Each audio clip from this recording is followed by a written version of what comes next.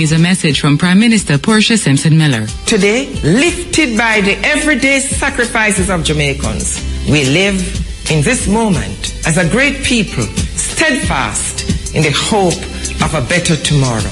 Around the world, our successful program of social and economic progress is being hailed and encouraged. We support the ongoing reform efforts in Jamaica to deal with its public debt while still making investments in youth and people of Jamaica, which ultimately will determine long-term growth to strengthen good governance. President of the United States of America, Barack Obama. Our standing in the world continues to improve, and we are respected by other nations, by world leaders and global institutions whose faith in our country has been strengthened. That was a message from Prime Minister Portia Simpson Miller. Yeah, good night. This is the Cutting Edge on RFM. May I tell you, hey, them kind of rain and watch where people place and give people all sort of virus that float all over the place, you know. Yeah, man. I mean, I tell you, I throw some virus that red. See, I'll tourniquet some height too. May I tell you, I don't know who shall throw it pan tomorrow, but I throw some pan and she come in and catch the virus, man. No, me I tell you, say the rain, hey. A man I tell me about, say, me tell him say too much rain a fall, them I talk about. No amount of a while the rain, too much rain a fall. Too much blouse and skirt rain a fall, that's that. When we didn't ask for rain, we never expect rain to come, so we don't ask for rain, you understand? But no, the rain a drop, man. The rain a drop. A 3 parish me come through here to reach us, and the rain no ease up at all. We hope to the people them safe and sound, you know, because we know say at times like these slippage happen. Like when me come here out of Rockabet, some balls that drop off at the inside, so I'm going to ram up in that one and a lucky thing. So I have 2020 vision. Alright, so I care about them with a mash up. But yeah, me really hope that the people them understand the levels.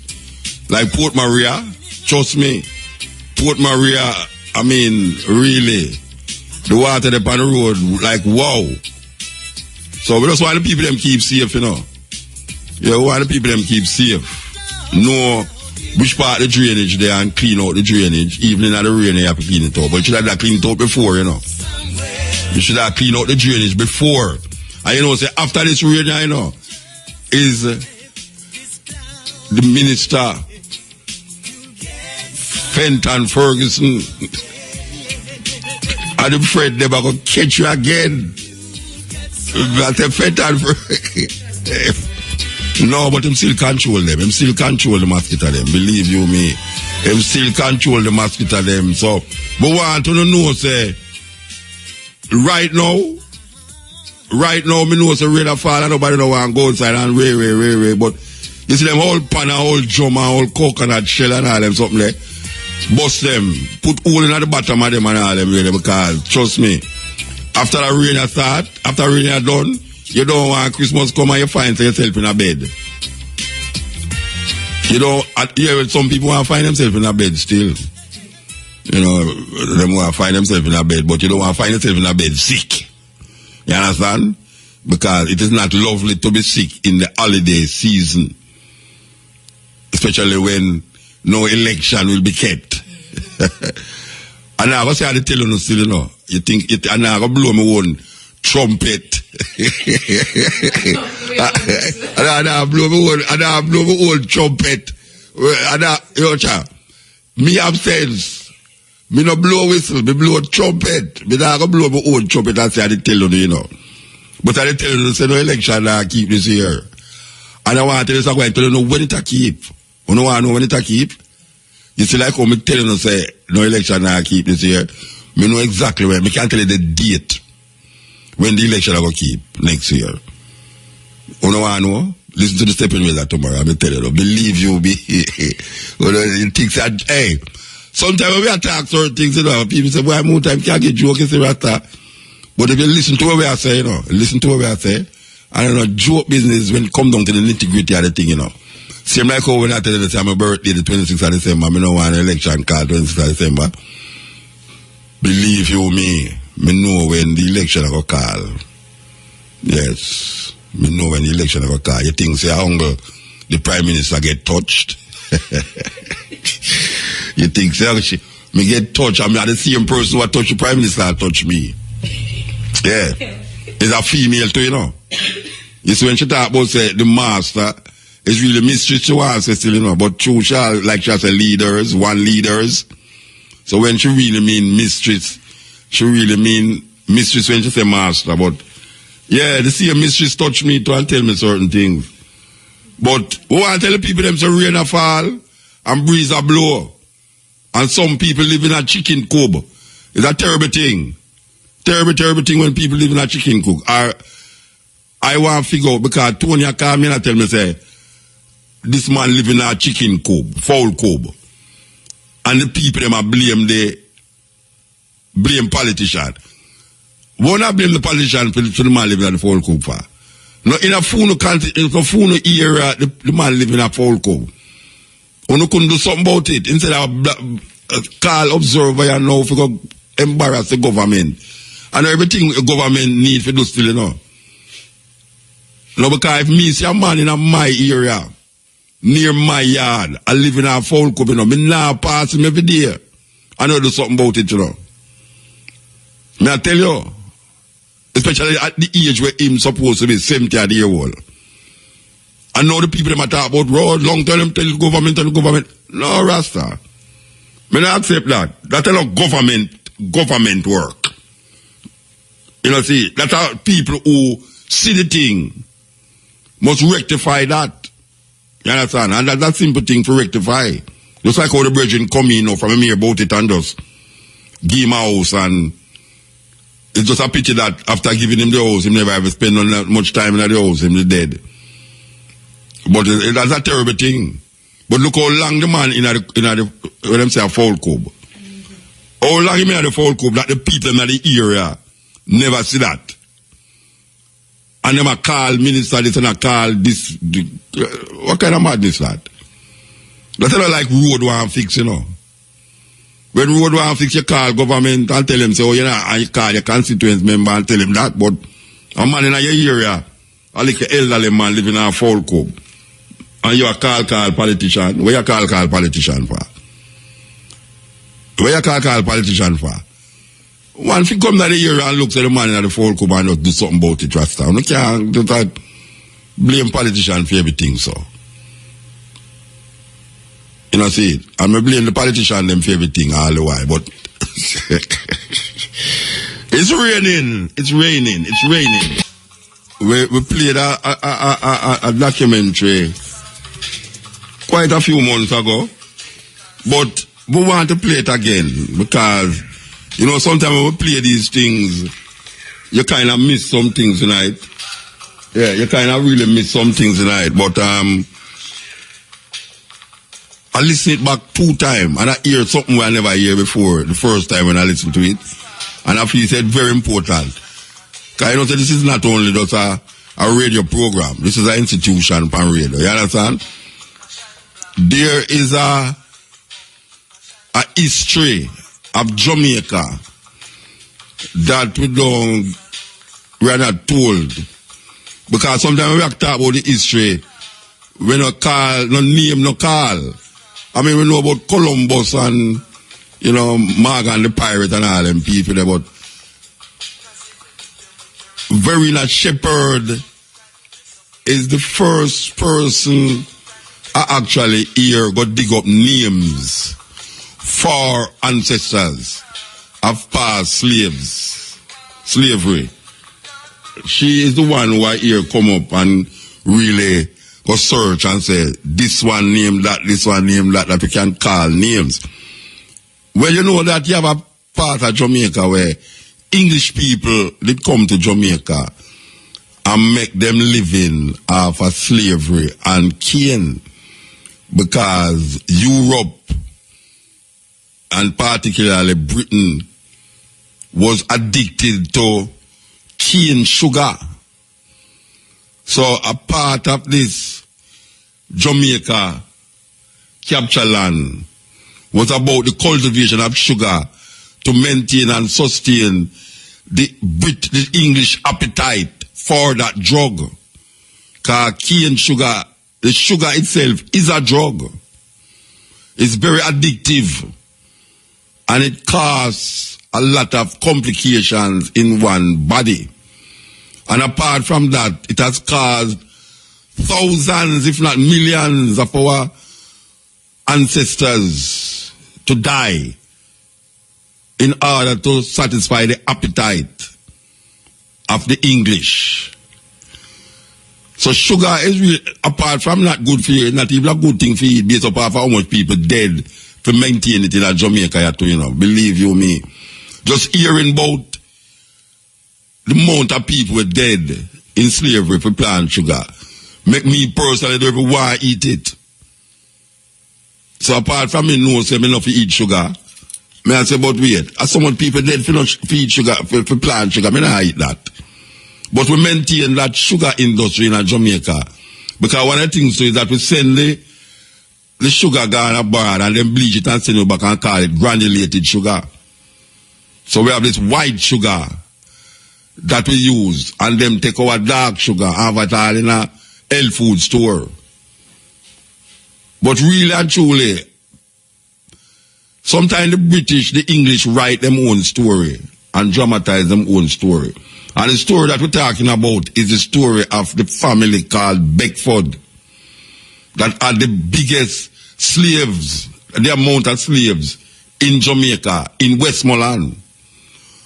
We want to play back that documentary and we want the people to listen keenly to where we're going in that documentary there.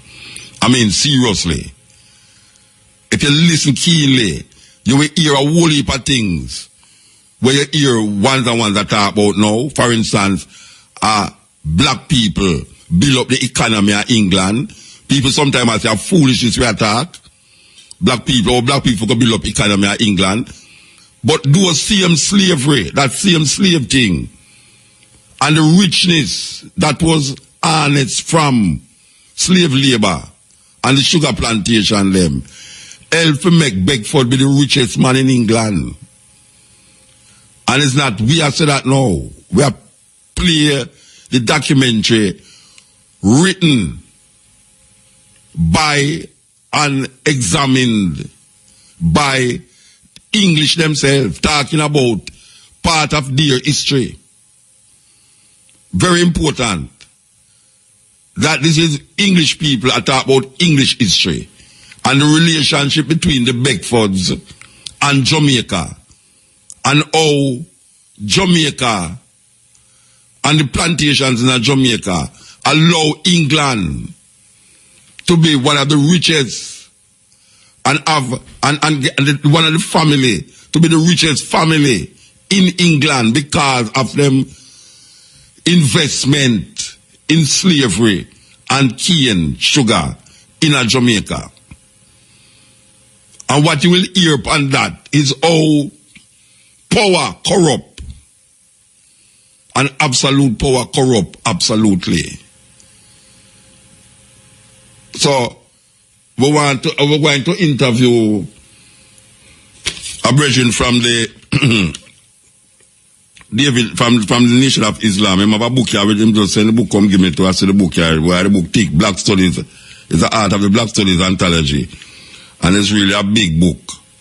I'm going to go through it still, you know. I don't know if I can read page by page because all the writing them fine in there. But it makes very interesting reading based up half we have seen already. So we want to interview him coming up. But we want you, well, I can't put tape on cock again, you know, because no tape not about the place again. But very important that you take a stock of where going in this documentary and the relationship between the Jamaica, the slavery, and England, and how Jamaica, particularly Jamaica, play a very important part in a lot of historical events that take place in England. Not just in modern times, where we talk modern times, about the 20th century or 21st century, but way back in our slavery days. A lot of people don't understand that. Them don't understand how this little island of created, this little island have produced so much greatness, yet still it's so backward politically. It's so backward in terms of how the people see themselves. The people them is traumatized. And we still find ourselves in the conditioning of Europe to the point where we would prefer to have the Queen still governing us than we governing ourselves. And that is caused by the present leaders in Jamaica. The present leaders in Jamaica has caused the people to believe that their purpose in life would be best served if the Queen was still ruling Jamaica. That is what these politicians have caused. These politicians have not given the people them a new insight into themselves and how them can elevate themselves. Because they have been so cruel in their political ideology that it has not allowed the Jamaican people to move further in the examination of who they are as African people. So they would prefer to see the Queen rule them. And most of the times, they would say, if we did their Africa, we would still run up and down naked. That is what them give us. Why we're asking about reparation? Why we're talking about repatriation? Why we're talking about Africa, as a matter of fact? Because the people them has been brainwashed into conditioning themselves in the Eurocentric idea of what is and who is a person. This is the Cutting Edge, and I FM there with you as well. I tell you about how Britain, a lot of Britain was built off of the slave labor of our African ancestors, especially our Jamaican, or at least in Jamaica, from Jamaica. And as you will hear, the richest man in England, who was named Beckford, and his family, all their riches was gained from slavery and sugar. One should really examine this idea of sugar on a, what you call it, a political level, not just a eating level, but how sugar was used to enslave a people, and how people was enslaved because of sugar and the need for sugar. And this drug continue in the minds of Jamaican people, that you have people who can't even drink some juice without it sweetened with sugar. Terrible thing. And them have a little thing now, them call it Splenda. You think them easy? You think them easy because them a move where, them a move you from sugar, you know, but I put Splenda in there, you know. You know, see it? So the sugar is the basis of slavery. The industry that was created around sugar caused the British to go to Africa more and more and more and gather people to work on the slave plantation, like this place named Jamaica. Jamaica offer a good, what we call it, environment for the British to pursue them power hungry mind, where them look away not as human beings but as animals, to be what them call it, shuttled. The word shuttle originate from cattle, where you gather up cattle. Say chattel. So you know, say chattel slavery is seeing human beings like cattle. That is how we were looked at. In America, we were part human being, 1/5 of a human being. That's not no long that neither, you know. And no long neither, you know. When there was record, the black people in America was seen as 1/5 of a human being. Black people in America was lynched because them look on a white woman clothes on the line. Can you imagine you pass a yard and a white man see you and look on some clothes on a line?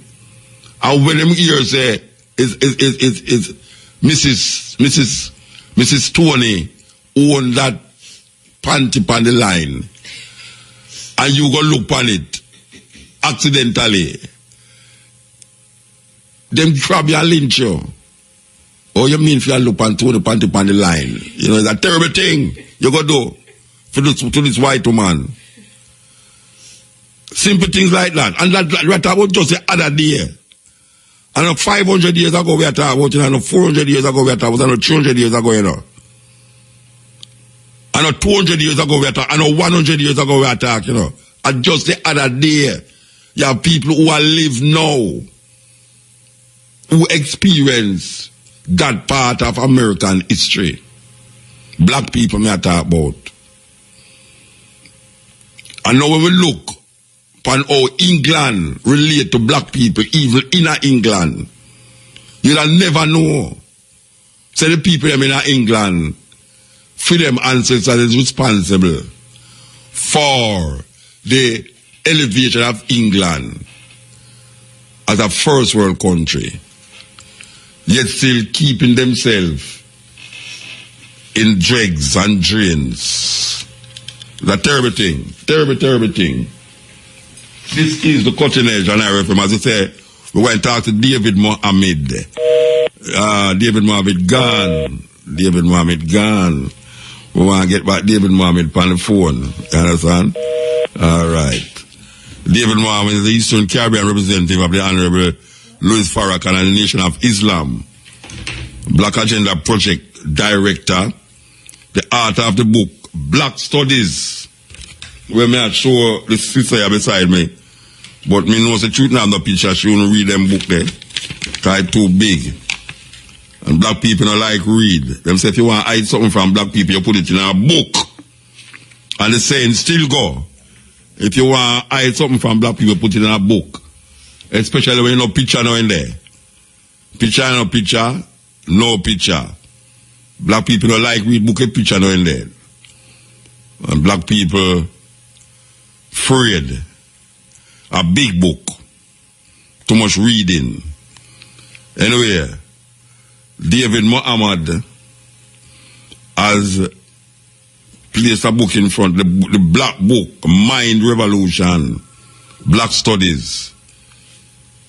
So we want to talk to him about his book. Salam alaikum. Okay.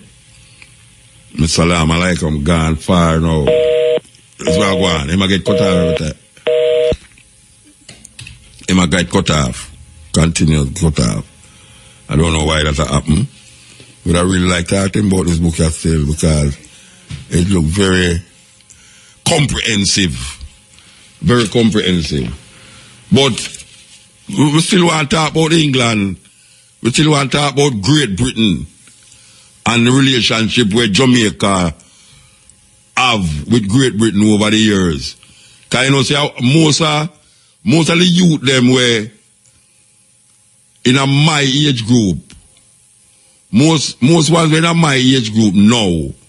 Them parents go over upon what them call a banana boat.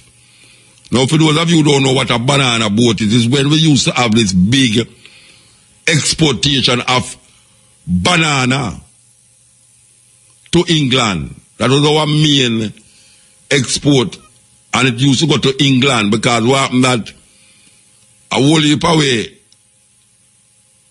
work on the banana boat, just like how we work on the Panama Canal. And when reaching England, looking for better, a lot of ones settle down in England and have children, and those children have children. Till right now, you have a big population of Jamaicans and young Jamaicans who never even come to Jamaica yet. As a matter of fact, you have more Jamaicans in England who never come to Jamaica yet than Jamaicans who did go to England when no Jamaica. And you have people who are not Jamaican who come from the other island who identify with Jamaica. You have people who, when police hold them with ganja, even though actually them come from, them start talk like them are Jamaican and of course bad like them are Jamaican. And you have whole heap of man get deported from America to Jamaica. We are not Jamaican. I don't want to talk these things, you know, because people, I say, boy, Muta, you know these things. Me say, listen to me, I say. You have people who did in a prison in America who get deported to Jamaica, who not come from Jamaica, their mother or father are not Jamaican. But because of them behavior and attitude, and because of where they were caught with the drugs, they were deported to Jamaica because all of them life, them live in a Brooklyn, Flatbush, National Avenue, Franklin Avenue, all of them places there. A whole heap of them live among Jamaican and start to take on the persona of Jamaican. So when you walk down National Avenue, you hear all a bad word, and when you look at that, it's not a Jamaican that's the bad word, it's all a Trini. But him lose him Trini accent. And him is a born Jamaican. So when police hold him, I hear him attack. No, them not ask no question. When them ready for deport, a Jamaica them deport him to. You think a joke me I make?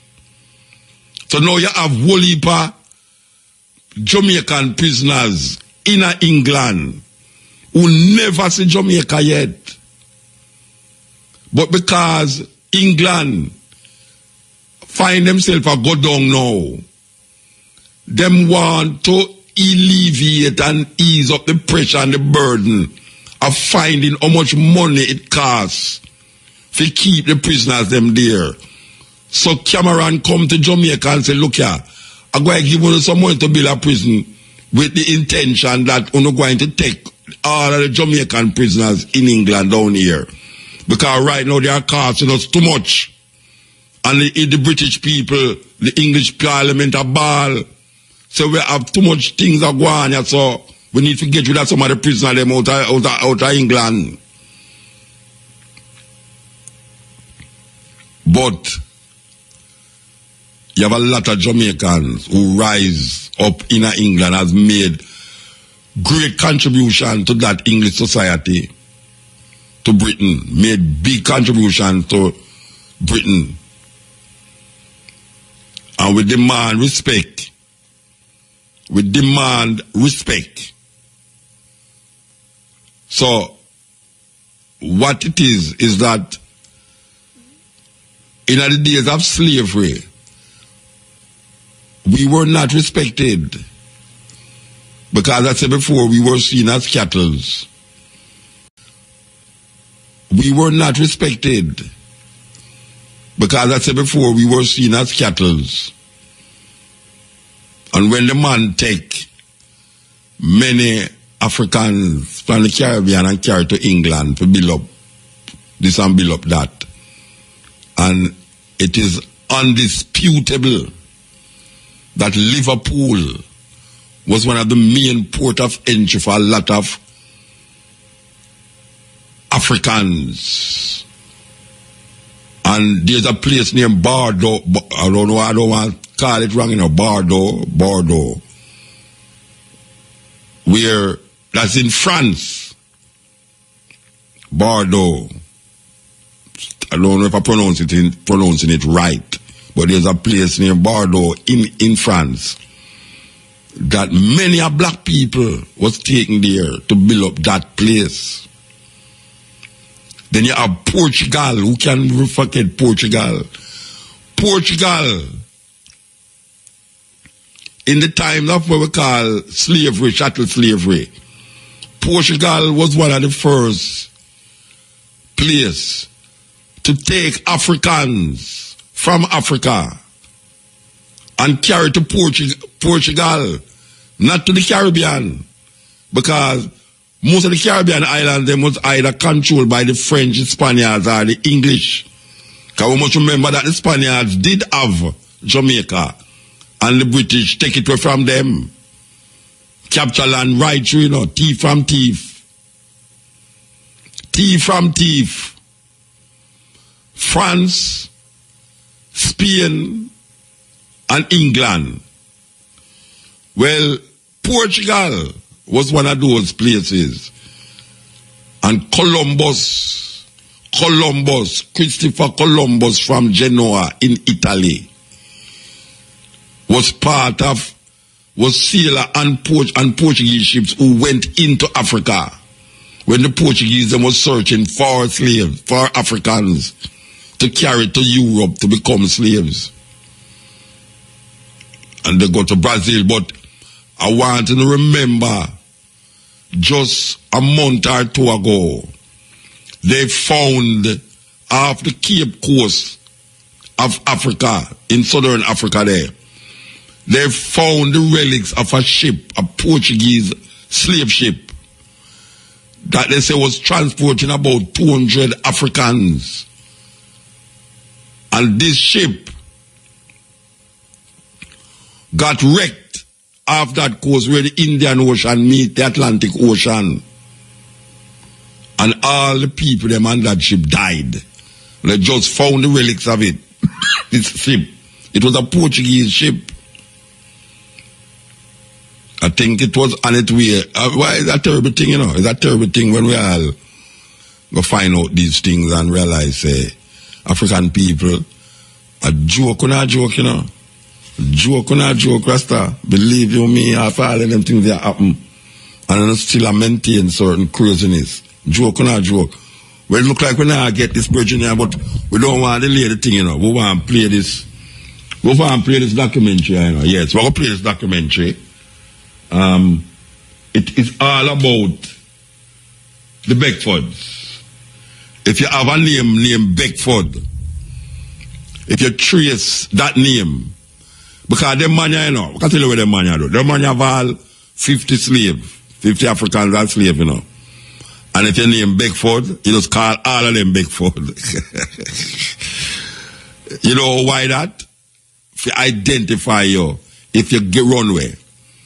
Because if you runway, if you're there Westmoreland, and your slave master named Beckford, and so you run go Hanover, and a white man catch you.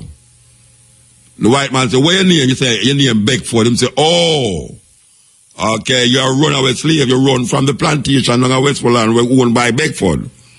So I saw them identify the slave them. So most of we who have British English name, if you trace back how your parents get the name, it is because of the slave master wanting to identify the slaves by using his name to identify the slave. It's a kind of scientific approach, even though it don't look scientific. Because when the man tells you your name Beckford, and every day you get up and say, Beckford, all of the slaves them accept Beckford. All of the slaves them relate to themselves as Beckford. They may say John Beckford, Tom Beckford, Joan Beckford. So like he was the father for everybody. So when you escape and you say your name John Beckford, him not look on the first name, him look on the last name. You see? That's why them say the last name, when them call the last name, your surname, and the first name is your Christian name. You think them people are easy? Them not easy, Them not easy. You name first, and you name last and first. First name and last name. And that is how them do it. That is how they make you identify yourself. You identify yourself based upon the name. So when you hear somebody say, Beckford, you say, oh, you come from Westmoreland. And when your name, Thompson, you say, oh, you come from plantation owned by Thompson. A terrible thing, man. It's a terrible thing. Now black people in a serious position because all black people name them picking nowadays, them look on TV. And them like Kim Kardashian and say, you know, so when I call me picnic Kim. I tell you, black people look on TV, I call it picnic Kim because of Kim Kardashian. Because if we can't get the bridge, I get that. Yeah? Because it's salam alaikum again. Yes, walaikum salam, brother Musa. But I thought I was going to give up on it, I was going to give up on it, man. Well, I'm really glad we got connected, and I was listening to your discussion since 10 o'clock, and it was. Oh, you was listening to it? Then you get cut off. I thought you get cut off. No, I was listening on a radio. Okay, yes. Yeah, and before we get into what we have to discuss, I'd like for your listeners to know that your good self has been, a major beacon of knowledge on the radio in Trinidad, because for my radio program, The Black Agenda, ever since it was from about 2004 to 2010, I used 2 of your songs as the theme songs for my radio program. That was the People's Court Part 1 and the People's Court Part 2. And for 6 or 7 years straight, every night on the radio in Trinidad, they will hear those 2 tracks where I think in Part 1 it was a politician on trial for oppression. And Part 2 is the religion on trial. Yes. And Part 2 is the religious leader. Yes. And, they were very, very well known for many years. Many people had inquired on them. Yes. And of course, so I know a sister. She lives in Ethiopia now. She was in Anguilla as a teacher, and she invited me there, and I was in an interview, and they actually played the People's Court Part 2. And I was banned from the country. Wow. Oh, and the teacher was under fire because she actually invited that wretched person to Anguilla. Well, Anguilla is still, of course, British overseas territory. Yeah, well, I've not been back to Anguilla, and she's not living in Anguilla again. She's now living in Ethiopia. So that was that. All right, this black studies. Yes. Black studies mean what? What you study in blacks? How it work? Well, first of all, black studies is a supplementary body of knowledge to give direction and guidance and inspiration within the traditional academic subjects such as economics, sociology, psychology, history, politics, etc. Our children, through the school system, are given a curriculum that teaches them history, but not their own specific history. It teaches them basic principles of economics, but not necessarily the black business success stories and the real motivational financial exploits of African people that have been tremendously successful. I mean, such as the richest man who has ever lived was an African man. The first black woman, or the first woman period who was a millionaire, was a black woman with a business idea. You have had several economic projects of African people that have been unparalleled, such as Black Wall Street and principles of black capitalism. Same thing in sociology. We learn the basic issues and data and statistics of modern society, but we don't necessarily get the opportunity to examine the condition of the black community from a socially scientific point of view. Same thing with psychology. So black studies offers the student insight into not just African history, but African social science, in an academic way with a syllabus that would really structure, organize, and sequence the content in a way to really educate our young people about themselves. So it's really intended for scholars, I mean, young people who is searching for that scholarship in black. But them among others, because chapter 3, for example, is Caribbean Studies, and it covers the entire Cape and university courses on Caribbean Studies. And then the chapters on black sociology and black psychology are basically academic. But one of the early bits of advice that we got on this book was that it should not be published as one book, but it should be published as 10 separate books, because each chapter is attempts to give a complete overview of the subject matter.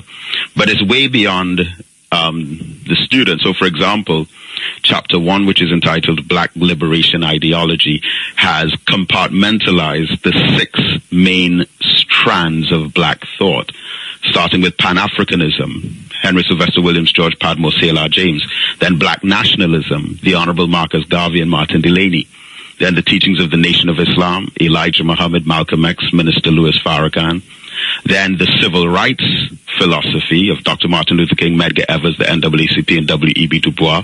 Then 5th is the black revolutionary consciousness of Kwame Ture and the Black Panthers, Huey P. Newton, Eldridge Cleaver, Mark Clark, etc. And then strand number 6 is Rastafarianism philosophy, and in particular the teachings of His Imperial Majesty Emperor Haile Selassie of Ethiopia.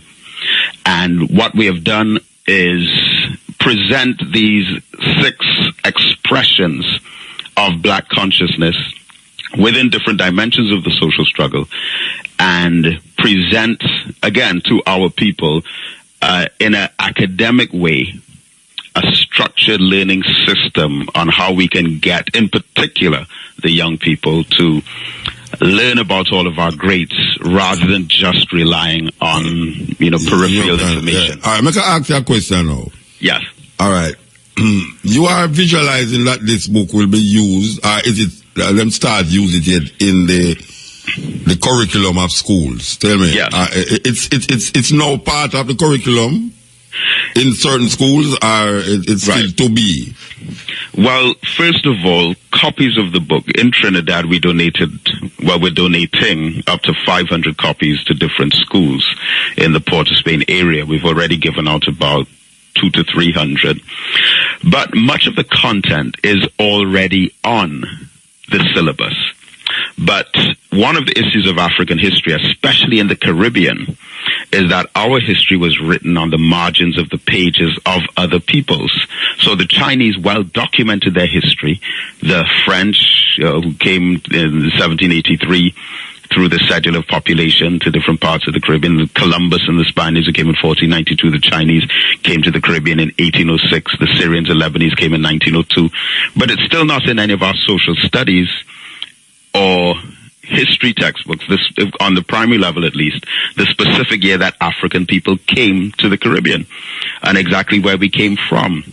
So we are compiling and assembling and pulling together the bits and pieces of that lost great history that African people have that we're being deprived of within the school system. And of course, I heard you speaking about the sugar industry, and that is a classic example of the loss of the knowledge of African history, because in the year 1788, in that 1 year alone in Trinidad, for example, it was estimated that 1,000 Africans lost their lives in the establishment of the industry, because we cut down the trees, we cleared out the forests, we dug out the roads, and established a system that indentured laborers came afterwards and continued. But in Trinidad, many people don't even know that African people were ever on the sugar plantations. No, because they only tell them about indentured laborers. Given that exactly, Trinidad is a different dynamic, because let's say most of the people in Trinidad is Indian. No, that's not true at all. I hear them say that. Even in Trinidad, I hear them say that. Yeah, but it's not true. Okay. You see, the reason, and that is a very important point as well, because within our family, we have all different colors and shades of the spectrum. Light-skinned Indians are called Indian. Dark-skinned Indians are called Indian. But dark-skinned Africans are called African. But light-skinned Africans are called mixed. And so the census that's like in South Africa. That's like in South Africa. Yeah, where they use the term colored. But we are an African family whose genetic history goes back to the very beginning of human civilization, when God created man in his own image and likeness, which was an African man in the motherland who was the color of the soil. And so when we permit ourselves to be divided ideologically by this white supremacist rationale of the drop of black blood, where they say if you're half black, half white, you're mulatto. If you're 3/4 white, you're quadroon. If you're 7/8 white, you're octoroon. And then going in the other direction, you're either Metsi, Courtesy, or Sambo. And they literally calculated our human worth by the perception of the percentage of black blood that was running through our genes. But we recognize that regardless of how dark or light we are as an African family, we are one African people. So the census report would say that there are 43% Indians, 42% Africans, and some 20% mixed. But out of that 20% mixed, at least 16 out of that 20% are light-skinned Africans. Yeah, that's a serious thing. Actually, I said that to hear what that's about it still as a Trinidadian. Yes. And that's why I bring out that to the people there, But we have those issues. All right. The consciousness that prevail in the Caribbean now seem to be, I don't know if you can call it, there's a heightened interest from the top now, attacking now. Because there was a time when, for instance, the idea of reparation is now something that is held on to from the top. First time it was just like grassroots. But now it has become something important to say or stand up for.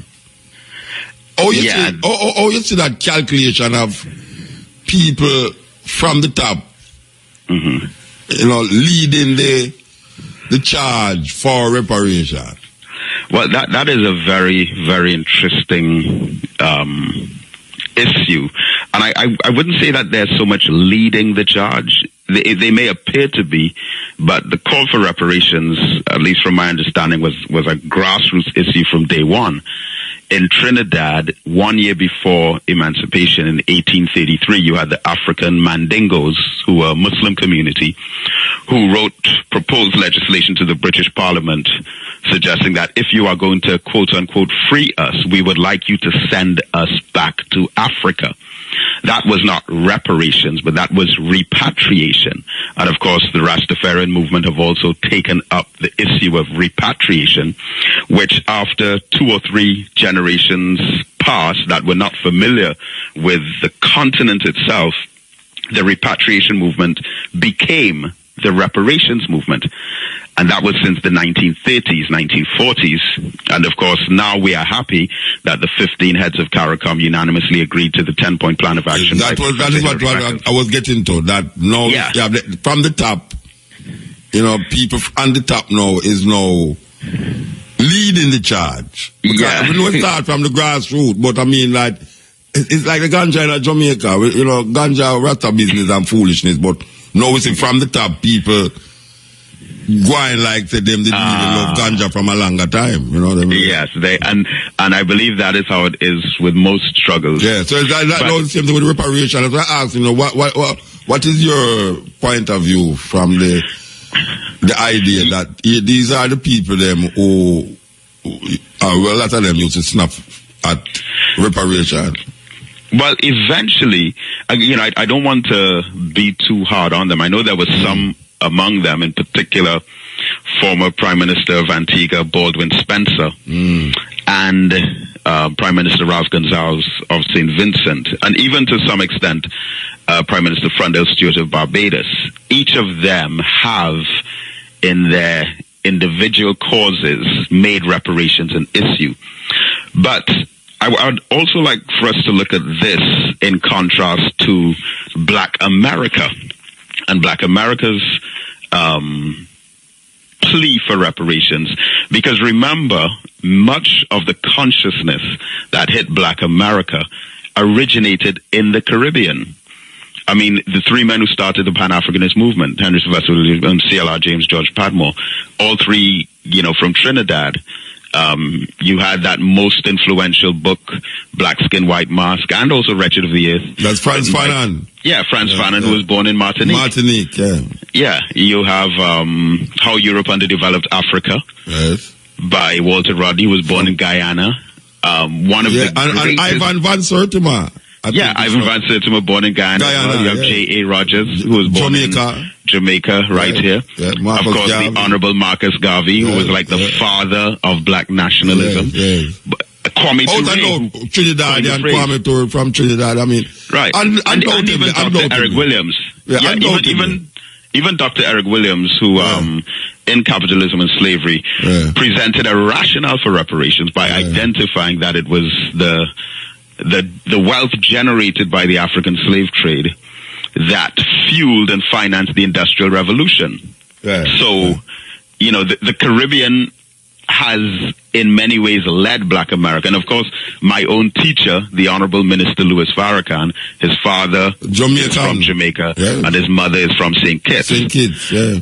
So and also Malcolm X, of course. Malcolm X's mother from Grenada. And the list goes on and on. It goes on and on and on. So the first point is that the Caribbean has always had great influence in the global black struggle. Yes. The book Black Studies embellishes that fact because we have had many presentations about all of these great men without identifying their Caribbean roots. And I think that is great motivation for Caribbean people. The youth them know too. The youth they must know that a lot of the struggle for liberation by black people started right in the Caribbean.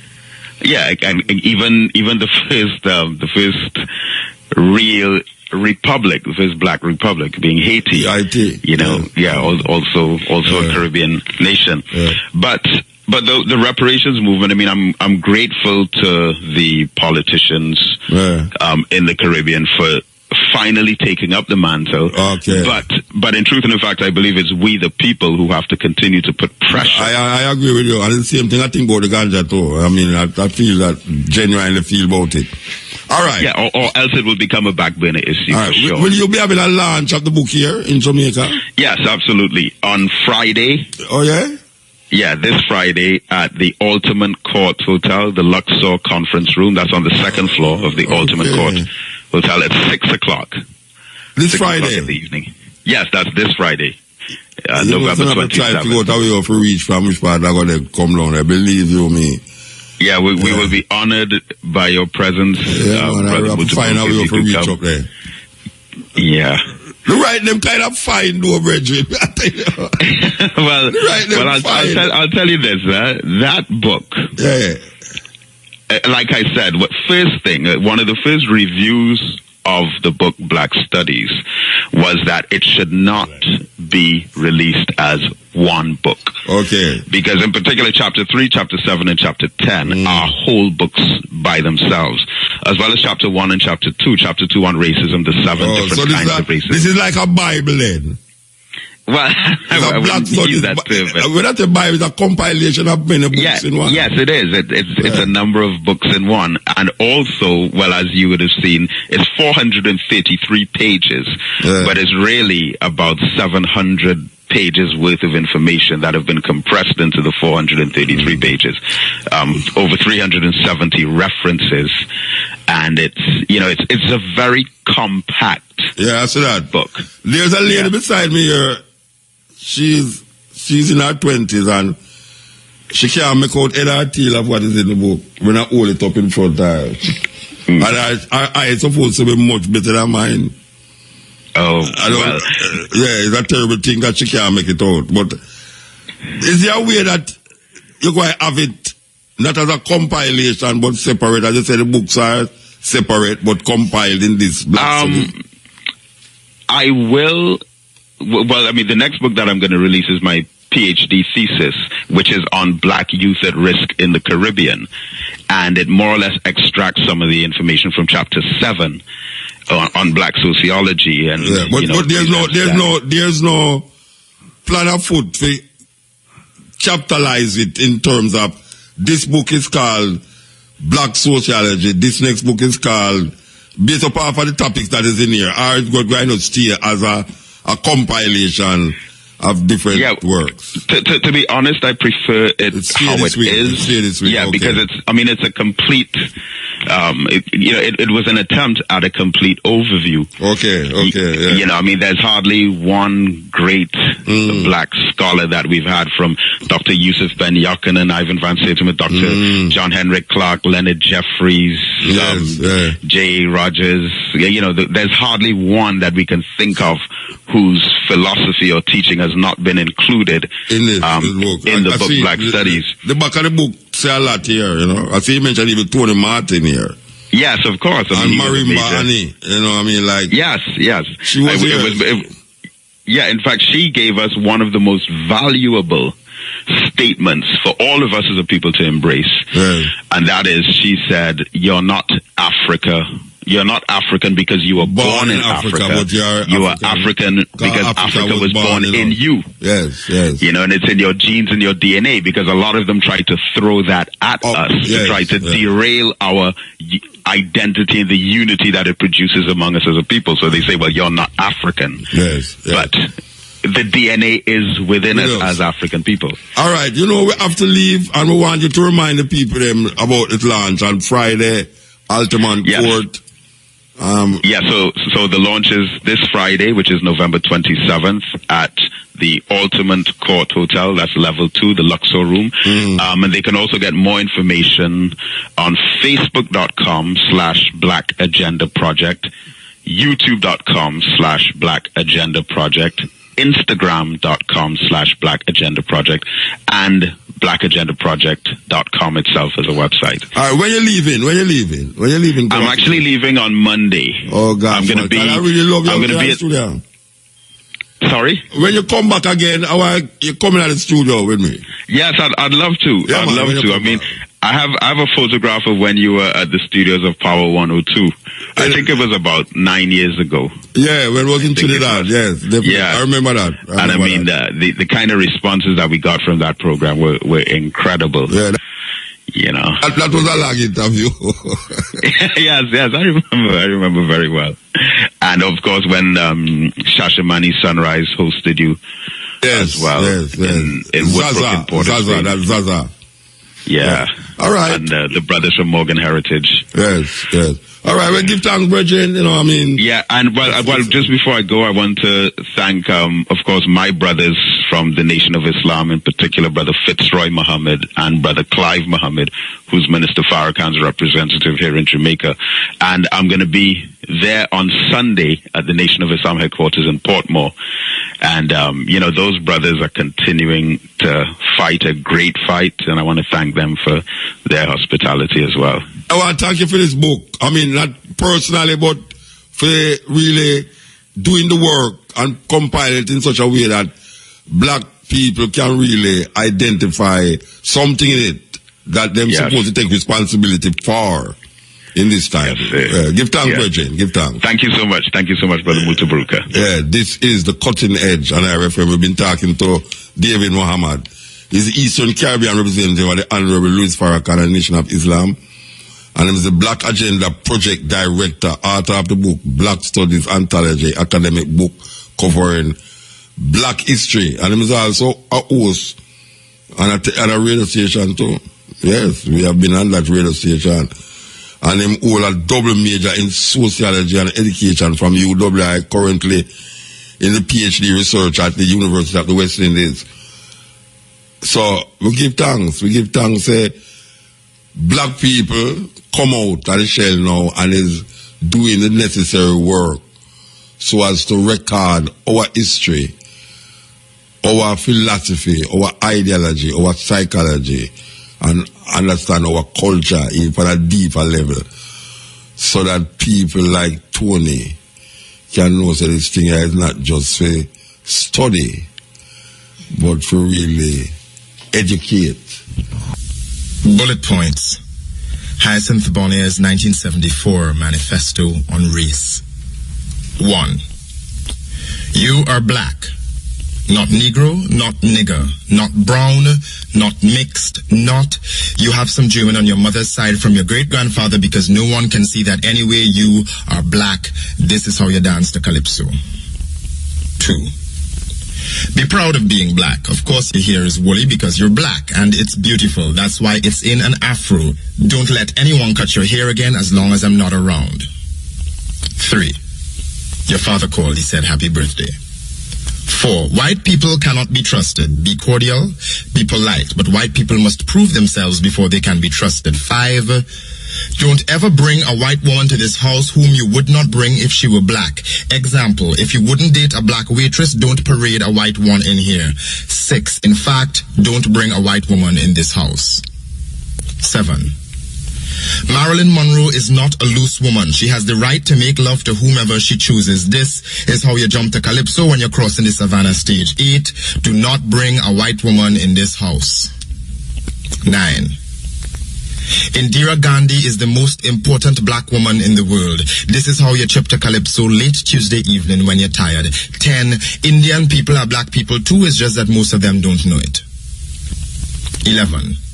This book is by Linton Kwesi Johnson. Read it. This book is by Sonia Sanchez. Read it. This book is by Walter Rodney. Read it. Stop running. This book is by Charles Dickens. Read it. This book is by Enid Blyton. Read it. This poem is by Kamal Braffett. Memorize it and return in an hour. 12. A is for Africa, B is for black, C is for culture, and that's where it's at. This is how you fed hard during last lap when you catch your second win. 13. Your father called, he sent these things, he said Merry Christmas. This is how you get up Ash Wednesday morning and go to school no matter how much rum you drink Carnival Tuesday. Your father called. REFM, thought-provoking, always smoking, lyrics like a bazooka. You are listening to Muta Baruka. Yeah, that was Raja Banir out of Trinidad, the poet.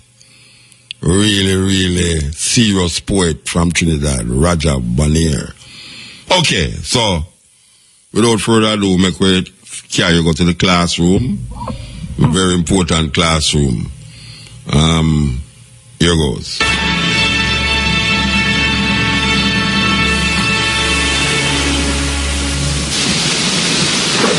In the 17th century, a rough family of London cloth cutters called Beckford emigrated to the newly conquered colony of Jamaica to seek its fortune.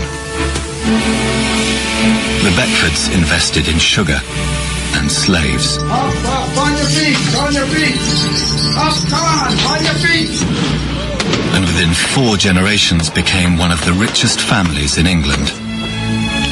They were the yuppies of their day, part of an emerging social class which aspired to become the new aristocracy. There was Beckford the planter, who wrote a unique handbook on how to run a sugar estate. Out of every 4 African slaves, scarcely one produces a really efficient worker. And Beckford the playboy, who used sugar profits to bring about a revival in Gothic architecture. Some people drink to forget their unhappiness. I don't drink. I build. But he'd be best remembered for his part in a notorious sexual scandal. He told his life story to a biographer to try to restore his reputation.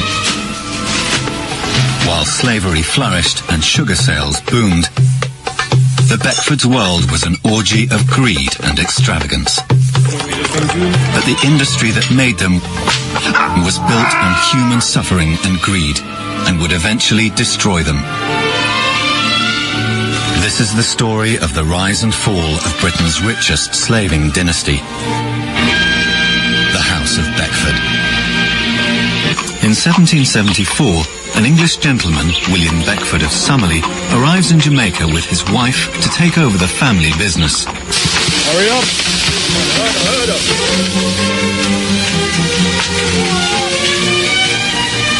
He's the 4th generation of Beckford planters. My father owned the 3 plantations on the Cabarita River, and on his death they became mine. At the time they were managed by representatives. Summerley inherits slaves, property, and 7,000 acres worth £120,000, more than £2 million at today's rates, near Jamaica's southern port of Savannah-la-Mar. Jamaica is the best country in the world. Fortunes may be made there, without question. They may also be lost. But an adventurer, investor, a speculator of imagination may certainly lift his fortunes in Jamaica. Summerlee is new to the business of slavery, but keen to increase the profitability of his plantations. The largest of these is Roaring River.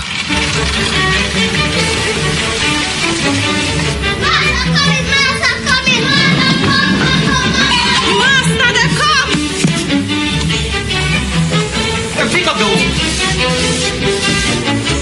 Come on, he's here now.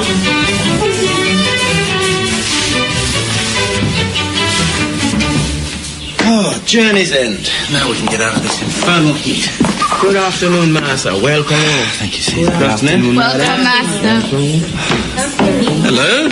Handsome addition. Thank you. Good afternoon. Water for Mrs. Beckley. Little is known about Summerlee's wife, Charlotte, except that she was his first cousin. Home. Unusually for an Englishwoman, she's willing to brave the dangers of the tropics until they can return home with an even bigger fortune. Summerlee wastes no time heading out to the cane fields. The British have been in Jamaica since 1655, when they took the island from the Spanish. It's now a colony, providing Britain and her American possessions with sugar. By Summerlee's time, there are 700 plantations on the island. If the rain keeps away, we should have a very good crop.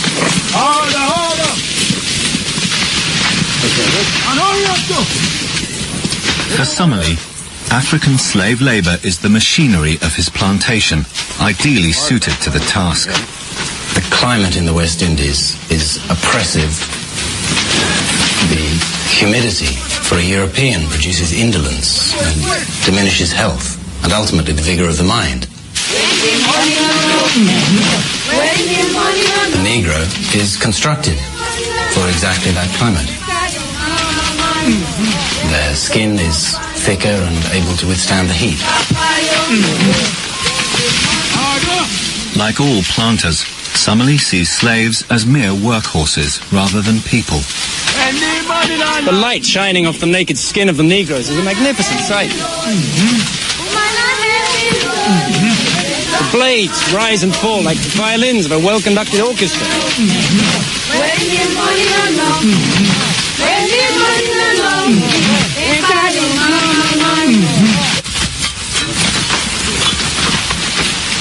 A uniquely detailed inventory of his father's property shows that Summerlee inherits 910 slaves worth £36,000.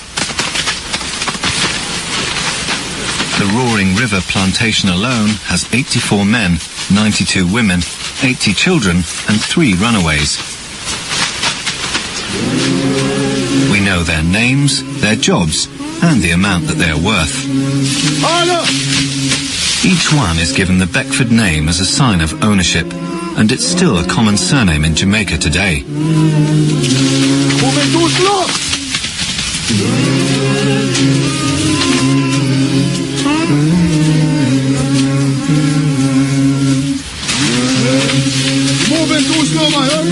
The use of forced slave labour demands a harsh control system. Summerlee employs a white overseer who manages 4 black drivers, privileged slaves who harass the field hands.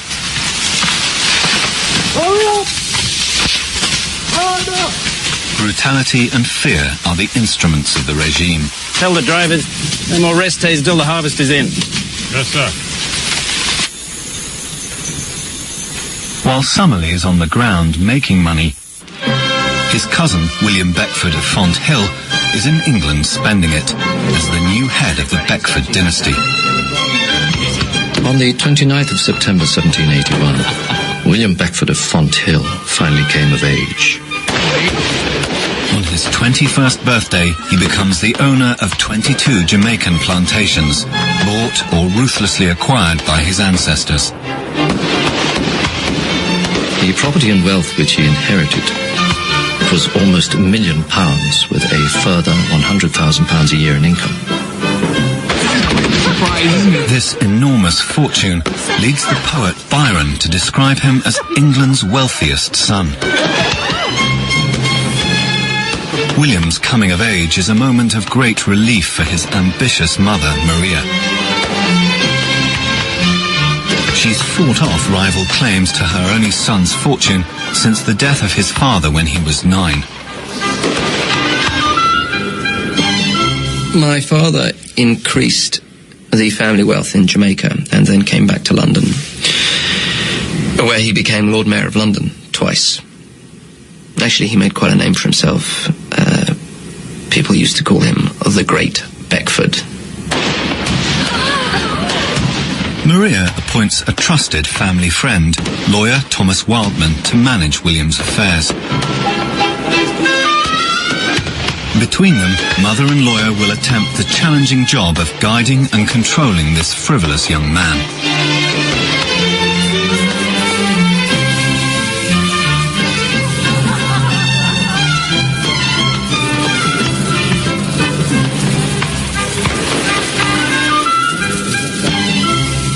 Oh, I was never good for anything in this life, but composing airs, building towers, and forming gardens.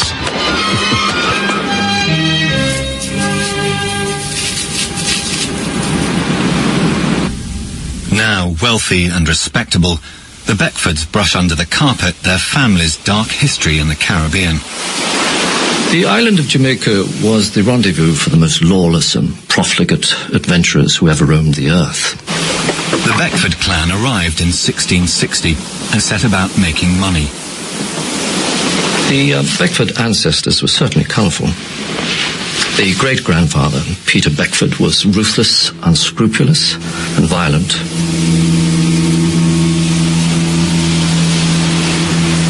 The Beckford grandfather, another Peter Beckford, a Speaker of the Jamaica Assembly, shamefully murdered in cold blood the Deputy Judge Advocate.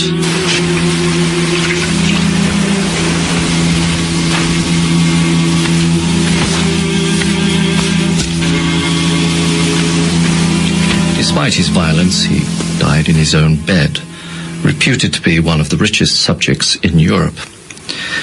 When his strongbox was opened, the greater part of £1 million was discovered, hoarded up. The largest share of the family's huge fortune has come to Beckford of Fonthill. He lavishes his extraordinary wealth on treasures, books, paintings and ceramics. Happy are those with plenty of money. Their kingdom is come, their will is done upon earth, if not in heaven. Beckford buys beautiful objects to distance himself from the origin of his wealth, with its unsavoury whiff of commerce and slavery. Art is something that you have to feel inwardly, you have to feel it inside. It's not something that you can just admire. Mere admiration will not do. People pretend to be struck by an object of art, but that's only because people around them are being struck by the same thing. Fonthill's expensive tastes challenge the patience of his lawyer, Thomas Wildman, who sets his monthly allowance according to sugar profits. He sets too much value on the things that money can buy. The enjoyment of gildery and painting is momentary. Well, what use is money if you can't spend it? How Wildman could seriously think that I would leave a single farthing of my allowance undrawn, I have no idea. Wildman's job is to run the Beckford sugar business and fight off ancient claims to his estates. Fonthill also trusts Wildman to protect him from fraudsters. The whole world believes that Mr. Beckford is groaning under so heavy a burden of riches that anyone who can take part of that weight from his shoulders is doing him an essential service. While Fonthill glosses over the source of his wealth, Summerlee is at the sharp end of the business, driving the pace of sugar production. Sugarcane is the first agricultural product in the world to go through an industrial process before going to market. The word factory is first used in English to describe the Jamaica boiling houses. harvesting, slaves work a shift system. This is the actual factory, which is working day and night at the moment during the harvest, because if we leave the cane to stand for any time, the sugar begins to spoil and is less productive. John, bring a piece of cane. Snap that off. Taste that. Very good. A tour of the factory is popular with visitors to the island. Oh, man. We set off down to the sugar works and examined the whole of the sugar making process, which is very curious and entertaining. I asked the overseer how long the workers worked at their particular jobs before he relieved them. 12 hours, every 12 hours. How terrible. But sometimes they fell asleep, and if they fell asleep, their hand would get caught in the millstone. Well, if a slave's hand were to get caught in the crusher, we have to use the axe to extract it. We can't afford to stop the mill. It has to keep going every hour of the day. I would say I would never want to have a sugar estate. Sugar is, I think, unique in that every inch of the plant is used.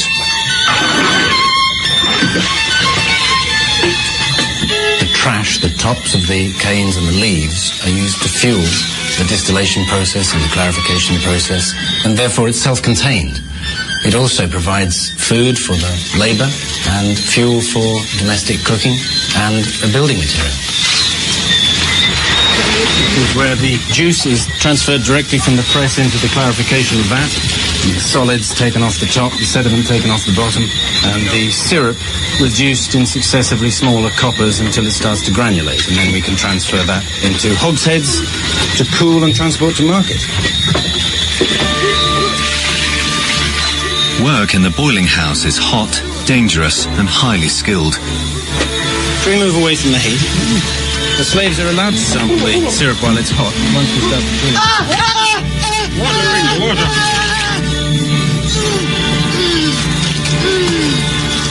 It's man to the hospital. You, take his place. Back to work, everybody, back to work. Back to work.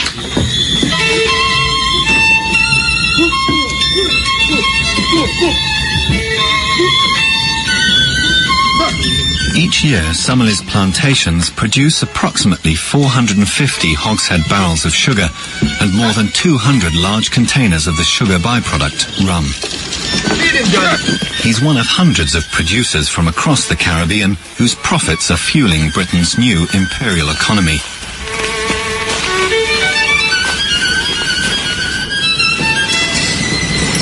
The quantities of sugar pouring into Britain transform a once luxury item into a staple food. Even the poorest can afford a spoonful of sugar from Jamaica for their tea from China. The British love affair with puddings, biscuits and cakes dates from these boom years. Sugar is creating a new diet and new millionaires.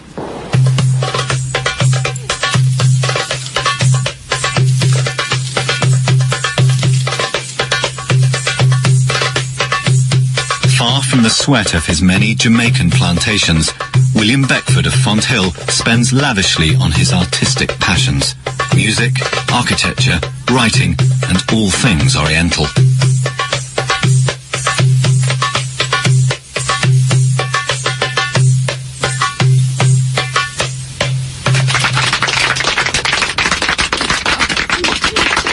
And Fonthill has talent. He makes the first English translation of the Arabian Nights fables and writes a Gothic novel about a sultan called Vathek. Vathek's pride arrived at its height when, having ascended for the first time the 1,500 stairs to his tower, he cast his eyes below and beheld men not larger than ants, mountains than shells, and cities than beehives. Like the author, Vathek is a slave owner who enjoys the power of money.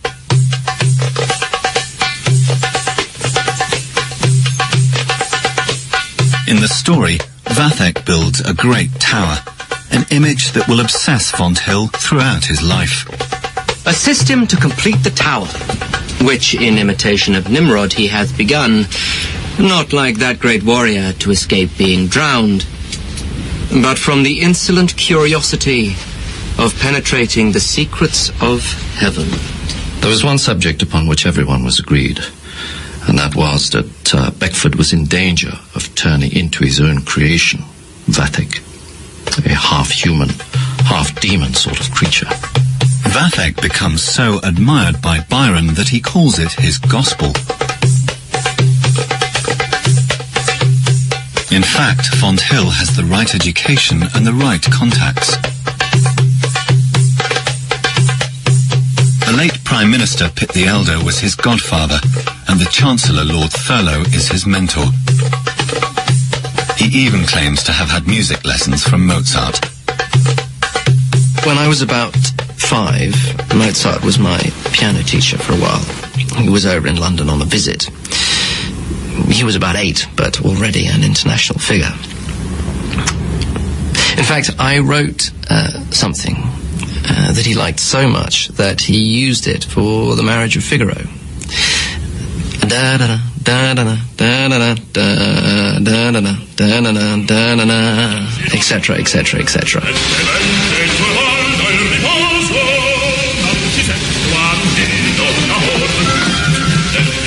But it's the marriage of Fonthill that interests his mother.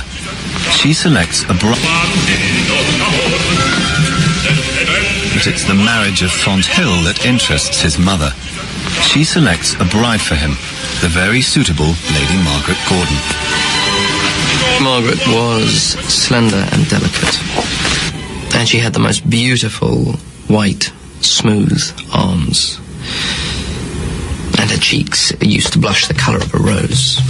She was a charming creature, artless, uncomplicated, and absolutely no pretensions to intellect whatsoever. The marriage, though, doesn't end an existing attachment. Fonthill's grand passion is for a 16-year-old schoolboy, William Courtenay, heir to Powderham Castle in Devon.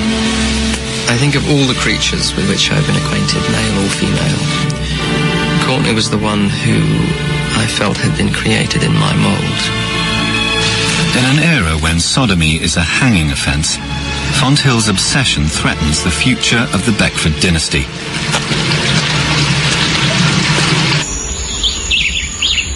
In Jamaica, his cousin Summerlee is trying to increase the Beckford profits by investing in new slaves. He believes the flow of fresh slaves from Africa is essential for the survival of the sugar business. If the African trade were stopped, the labour necessary to produce sugar would fall to those slaves who are already domesticated in Jamaica, who must therefore absorb an ever greater quantity of work, and their lives be shortened. During the 18th century, 820,000 West African men, women and children are transported to an early death in Jamaica. Thousands more die at sea. Fine cargo? Yes, a good lot. Slaves are a planter's most expensive outlay. They cost anything from £5 to £100 each, depending on age, gender, health and skills, and the rise and fall of sugar prices. No smallpox? No, not in this lot. Good. They are traded at auctions or scrambles. Up, on your feet, on your feet. Up, come on your feet. A scramble is a brutal free-for-all in which the planters literally fight for those they want to buy.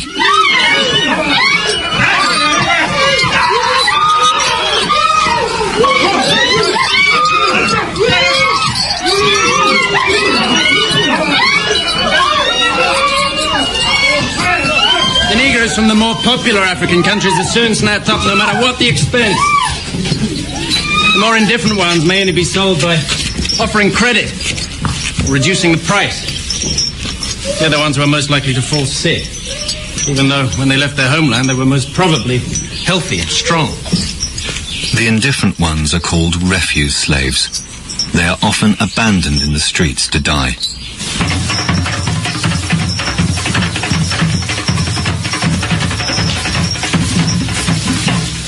Summerlee names his new acquisitions. New slaves have to be broken in or seasoned into a life of slavery. Seasoning a new slave takes the best part of 4 or 5 months, and out of every 4 African slaves, scarcely one produces a really efficient worker. Slaves arriving from Africa must first be managed as if they were animals. They must be tamed before they can be treated as men. Almost a third of seasoned slaves die within the first 3 years, most from disease, overwork, or simply depression. The best slaves are the ones we breed on the plantations. They are born into the state of slavery and don't complain. Something in my heart, like a stream running down, makes me feel so. In his plantation handbook, Summerlee details his slaves' daily routine, comparing it favourably to the plight of English peasants. The sufferings of the slaves are usually exaggerated by those who are not acquainted at first hand with the life in Jamaica. Outside harvest time, they rarely worked in the field after sunset, which was never after 7. So from then until 6 the next morning, and every Sunday, their time was at their absolute command.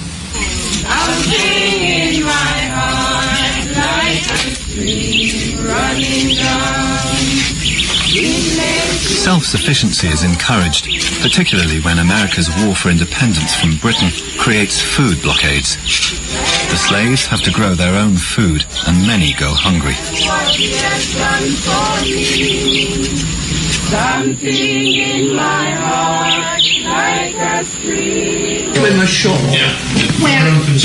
By contrast, planters live an extravagant lifestyle, paid for by credit.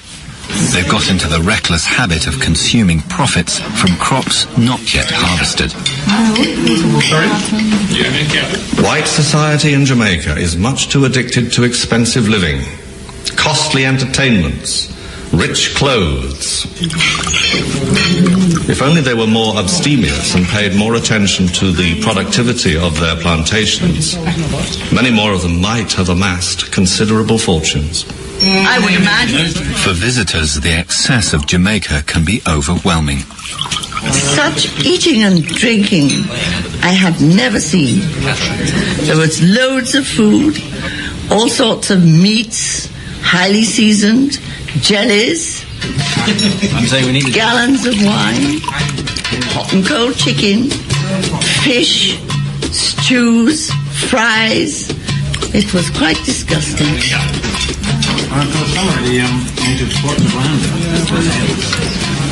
The white community sticks together for companionship and security, with owners and employees dining at the same table. The whites number only 20,000, surrounded on an island by 200,000 slaves. They feel particularly unsettled by the campaign against slavery, which is finding support in England. These so-called philanthropists across the seas are blind to the true interests of their own country. There are plenty of people in England in need of the pity and the protection they're so anxious to give the Africans. I once interviewed a slave and asked him would he like to be returned to his home country. You know what he said? He said that in Jamaica he has food, clothing and a good house. But in Africa he'd be destitute. Many of the Europeans, the peasantry is destitute although free. I simply hope that some of the compassion that is felt for the slave is also felt for the planter. We lose so many slaves through natural disasters, torrents, trees falling, not to mention sickness. The loss of them would be the ruin of us all. Well, it's very easy to criticise, but they still eat the sugar and they still drink the rum. Thomas Thistlewood is the overseer of a neighbouring plantation. Jamaica has raised him from poverty in England to a position of almost unchecked power. Get the wage, £200. Yes? Like many planters, Thistlewood is sexually predatory. To your private stock. Pays for the expenses. White men live immorally with their female slaves. And until they improve their own morality, there is no chance of us teaching the Negroes decency and religion. Well, we'll find out next weekend.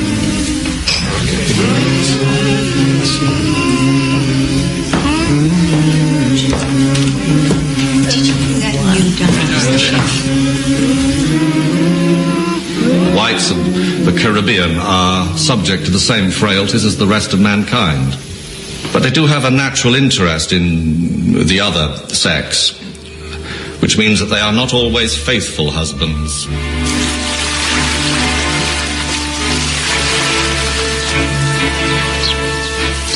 Cushioned by his money and feeling above the judgment of the rest of the world, William Beckford of Fonthill indulges his dangerous obsession with the 16-year-old William Courtenay. When we first began to know each other, I had a strange feeling that somehow we'd known each other as friends in a previous existence. He has little idea of the high price he'll pay for his affair. While Courtenay is away at school, Fonthill dabbles in politics, taking up his family's Rotten Borough parliamentary seat. But he soon tires of the House of Commons.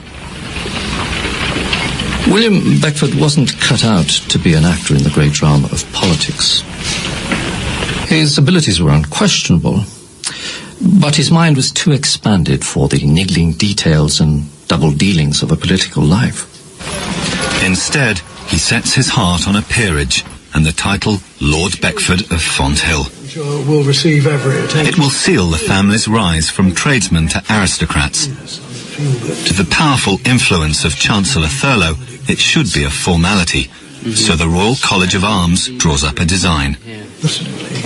Young Beckford had a great interest in books of heraldry. His father's political fame didn't satisfy him, so he set out to find his ancestral honours on one side or the other, up to John of Gaunt. He was full of imagination. But while waiting for his peerage, Fonthill makes the mistake of writing letters, confiding his feelings for Courtenay. Does he still really love me? Are the delightful days of Fonthill not yet elapsed from his memory? Does he still dwell with pleasure on the recollection of what passed in our subterranean apartment? And the letters fall into the wrong hands. Does he still dwell with pleasure on the recollection of what passed in our subterranean apartment? Lord Loughborough has just married into the Courtenay family and has developed a loathing for Fonthill. On silken beds, in the glow of transparent curtains. The very suggestion of guilt is enough to ruin Beckford in the eyes of polite society. I'd rather my son went up to London, paraded around with half a dozen Covent Garden whores. That would have done more than anything else to remove suspicion. If the case ever comes to court, Fonthill could hang. Beckford's conduct was heedless, not to say childish. But his enemies are powerful. And he is, I believe, not barbarously treated by an ill-judging world. Fonthill blames Courtenay for his predicament, and the spell is broken. A certain young person whom I once thought to have been my dearest friend had proved himself the meanest traitor and blackest enemy. You may guess who pulled the strings. You're in very good health. Fonthill feels compelled to take his wife Margaret and baby daughter into exile on the continent. There's talk of Jamaica, but his wife is pregnant again and it's considered too dangerous. Disease-ridden Jamaica is notorious for its high infant mortality, but among the slaves the risks are even higher. With their heavy workloads and meagre diets, 1 in 3 slave women miscarry or lose their babies. Although planters have an interest in keeping their slaves healthy, their prejudices get in the way.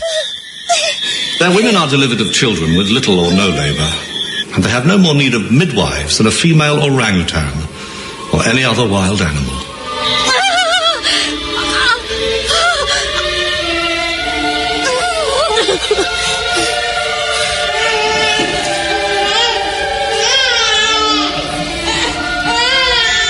5,000 miles away, Fonthill gains a second daughter, but loses a wife. Margaret dies in childbirth.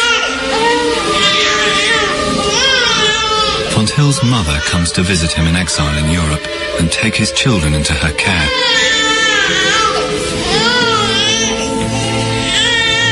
She will protect them from their father's disgrace and mould the next generation of Beckfords. Did you realise this is for the best?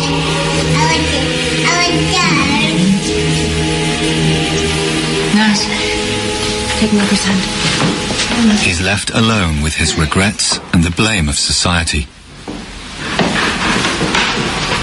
An oracle might have said with truth, he will be rich and wealthy, the affectionate husband of the best of wives, the father of 2 lovely infants, and yet an exile from his country, shunned by his countrymen. A brief, unhappy visit to England convinces Fonthill that it's too soon to return home. He is persuaded to sail for Jamaica.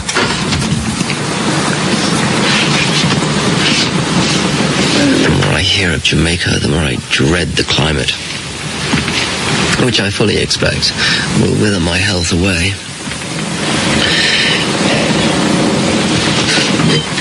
But Fonthill never reaches his sugar plantations because he jumps ship in Portugal. Seeing this, his business advisor, Thomas Wildman, is about to seize his chance. It is said that this trade in sugar has a powerful effect on a man's ethics and principles. I would guess if I was to say that it changes a man entirely. Tempted by the financial opportunities of Jamaica, Wildman sizes up one of his employer's landholdings known as Quebec. It was reported back to me from Jamaica that Beckford owned a fine run of virgin land at Quebec, which could be settled into a good sugar works at very little expense. I asked Mr. Beckford if he would like to give me the land at Quebec. Of course, I described it somewhat differently. My dear William, there is a piece of wasteland in the corner of the island. Yes, that's it. So he very generously presented me with 1,200 acres and £5,000 to develop it. Wildman appoints his younger brother James to get the land cleared to grow sugarcane.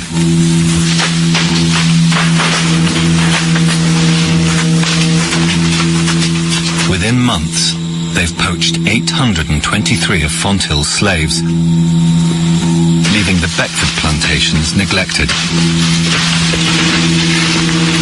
Well, how was he ever going to find out? Quebec made us a considerable sum.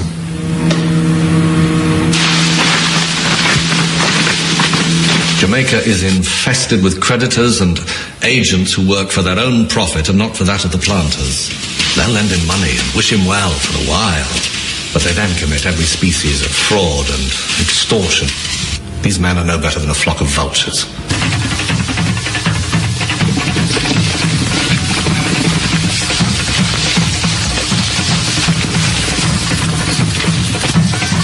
While absentee landowners risk being cheated, planters on the ground have their own problems.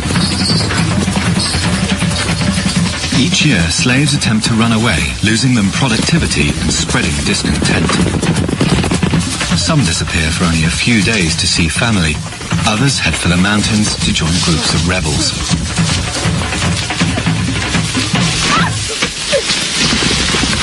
Stop! Don't move! Stay right there! You thought you could run from us! Secure those chains on there! Most runaways are captured or return. Either way, they are given harsh punishments to deter others. Sometimes the overseers add a sadistic twist of their own. Lime juice, for example, sharpens the sting of the whip. And although the legal limit is 39 strokes, 200 or even 300 lashes are not uncommon on remote plantations.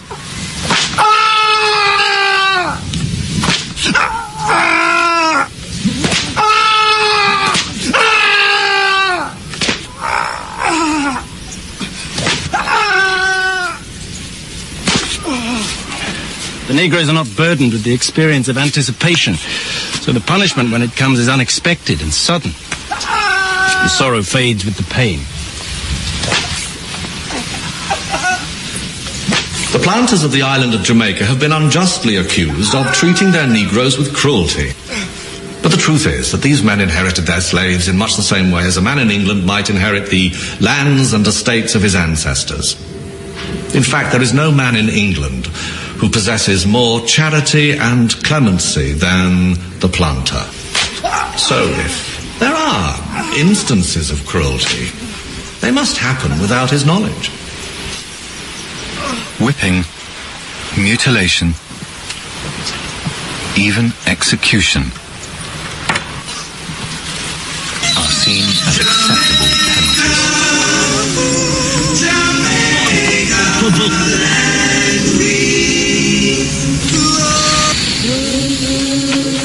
Hurry up! Master wants 100 pounds by noon!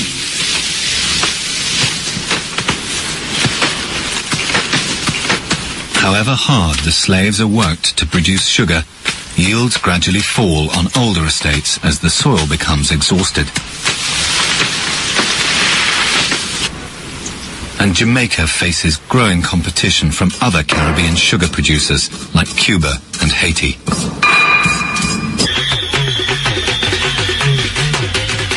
Summerlee finds that his profits are dropping while his costs are going up.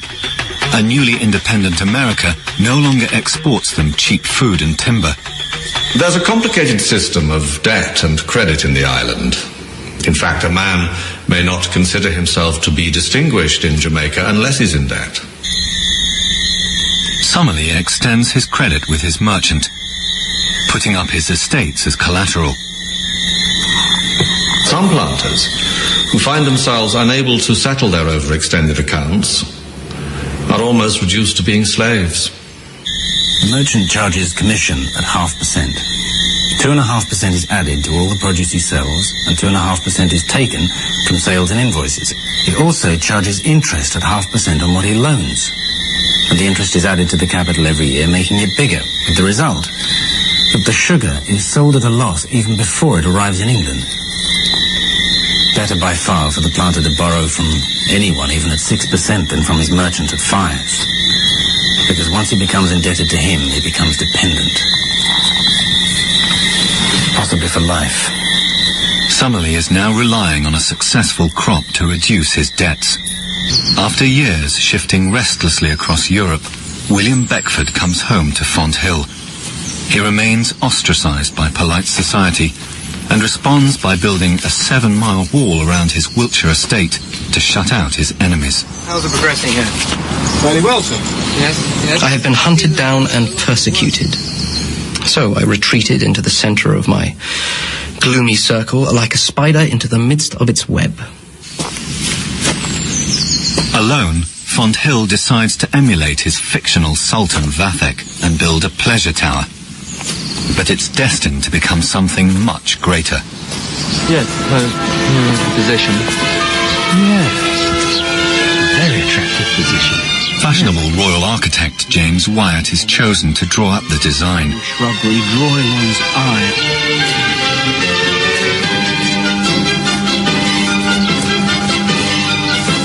We are here, looking up the valley. Yes, we are here. The building shall be there. Fonthill turns his back on the classical style of the day in favour of the dramatic detail of medieval religious architecture, known as Gothic. And from those Gothic windows one will be able to look straight down the valley at the lake. He's inspired by his memories of the magnificent monastery of Batalha in Portugal and his brief flirtation with Catholicism. With each discussion, the design grows in ambition. I had wanted it to be the most spectacular house in England. Soon the building takes on the shape of a cross, with a nave, transept, and stained glass windows. There is the magnificent oriel window of painted glass. There is the spiraling staircase up to the observation chamber. The centerpiece was the tower from where you could look down upon the world. Yeah, you can see it more clearly.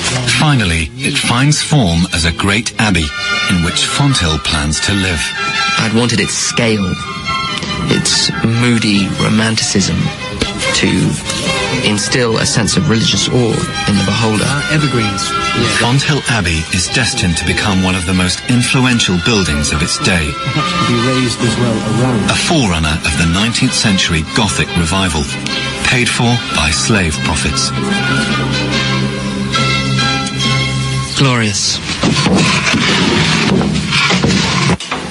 Fonthill bribes workmen restoring Windsor Castle to come and build the abbey. Work goes on round the clock, just as in his sugar factories. There were never less than 100 workmen or superintendents at the abbey, sometimes 200, and on one occasion 500.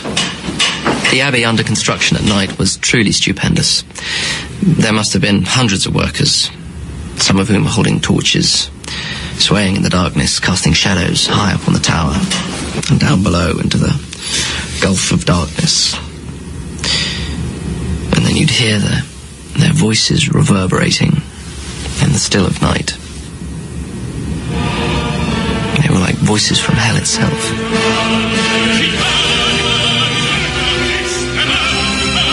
Fonthill's impatience pressures Wyatt to take shortcuts. The building rises swiftly above foundations that are insufficient for the final design. The revolutionary cement render washes off in the rain, and Wyatt is distracted by other projects at Salisbury Cathedral and Wilton House.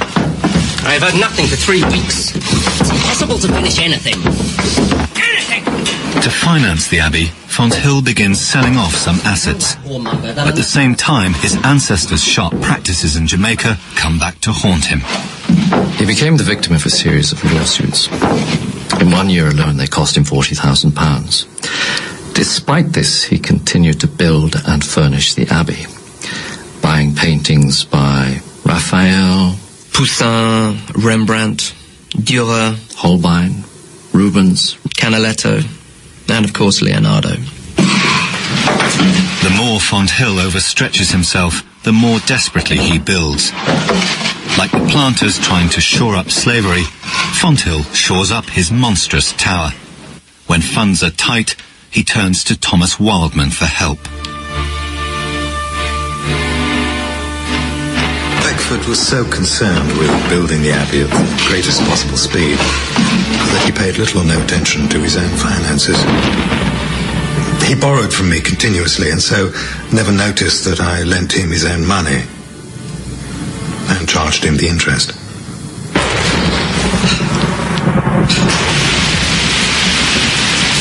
And there's more bad news for the Beckfords. We have hurricane in the West Indies, which can ruin a crop very quickly, and in doing so ruin a planter. For several seasons, the island is hit by terrible storms, the last thing Summerlee needs.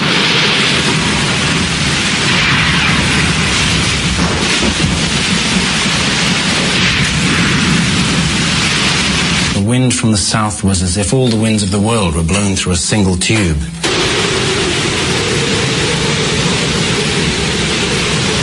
The devastation we experienced was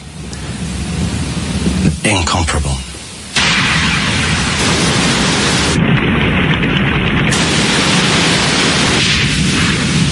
The hurricane sweeps away slave huts.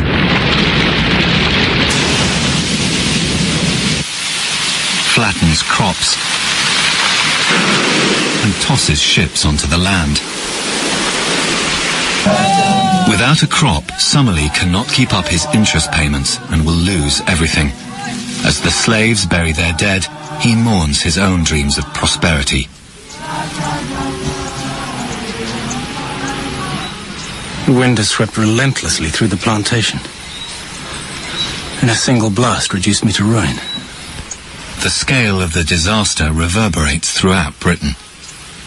Even Fonthill, with his superior wealth, has to take notice. The abbey is hemorrhaging money, and his income is plummeting. My sugar affairs grow worse every day, and I have to use much caution not to become a total bankrupt. This is killing me. To lose my properties with no benefit. I receive no income now from Jamaica at all, and I have 1,000 debts to pay. Fonthill sinks further into Wildman's power. Beckford was heavily in my debt, to the tune of £86,000. In return, I insisted on the use of his parliamentary seat, or said I would foreclose on his mortgages and plantations, and reduce or even stop his monthly allowance. So, that's how I became MP for Hindon. The sugar bubble has burst, leaving Jamaica reeling. Until it recovers, the only winners are the creditors. In 13 years in Jamaica, I never knew a property to be redeemed once it had fallen into the possession of the mortgage company, even if the property was large, and the debt trifling. Summerlee returns to England, leaving a trail of debt. He brings with him rumours about the Wildman's dubious activities. I suspect that we're closely watched. Once, when my brother James came over to England on business, he dined at a house where Beckford's cousin, Summerlee, was staying. James was alarmed to hear Summerlee repeating rumours he'd heard in Jamaica, claiming that if James continued as manager, our family would soon own all of Beckford's property. It may not be so far from the truth. Unable to pay his debts, Summerlee is arrested and detained in prison, where he'll spend 4 years. Having left a country in which slavery is established by law, I come to one in which one may be imprisoned, unheard and untried. I find that a man, although born to freedom, may become a slave. He appeals to his cousin, Fonthill. 1 year, Beckford received a letter from his cousin Summerlee from the Fleet prison in London. It told how he had been unjustly imprisoned for some trivial debt. For the sake of family honour, Beckford sent him £500 to settle with his most impatient creditors. It's while in prison that Summerlee writes an account of his years as a plantation owner, earning himself the nickname of the planter historian. Fonthill, too, is enslaved by debts, but it's only after the sudden death of Thomas Wildman that he finds out how serious his situation is. Between this harpy and his 2 brothers, half my substance has been devoured. Fonthill is forced to give the Wildman family all but 2 of his remaining estates. I've known Thomas Wildman since I was a child, and I've always felt a strong sense of gratitude towards him for the fatherly affection that he showed towards me, and the brilliant way in which he dealt with my affairs, so you can imagine how betrayed I feel. In desperation, Fonthill sells off many of his other assets so that he can finish the abbey once and for all. Oh, I am beginning to curse this abbey. After a month, I hope to be free from this cancer. It's destroying me.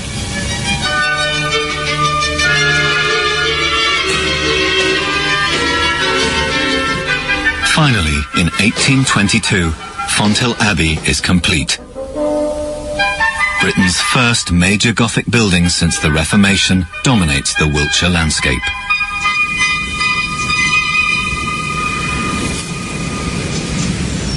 Despite the public excitement it generates, no one dares to visit its scandalous owner, and few are invited.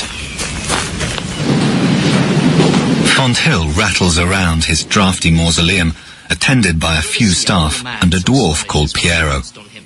One rare visitor is Sir Richard Hoare from the neighbouring estate at Stour Head. He's given permission to describe the abbey for his history of Wiltshire, but he calls when he thinks the controversial owner is away. His guide is Piero, who's employed to make the abbey look even bigger. Sir Richard, though, pays for his day at Fonthill. He's castigated by society for talking to such a man. In keeping with the times, it's Fonthill's homosexuality, not his ownership of slaves, that causes offence, even years after the scandal. Oh, I don't give a farthing about the buzz of gossip.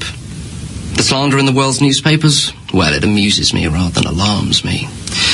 And I toss libelous letters from unknown correspondents into the fire, unopened. Fonthill has other worries these days. After 18 years' work on the abbey, he must sell it to avoid bankruptcy. The rule of the Sultan of Fonthill is at an end.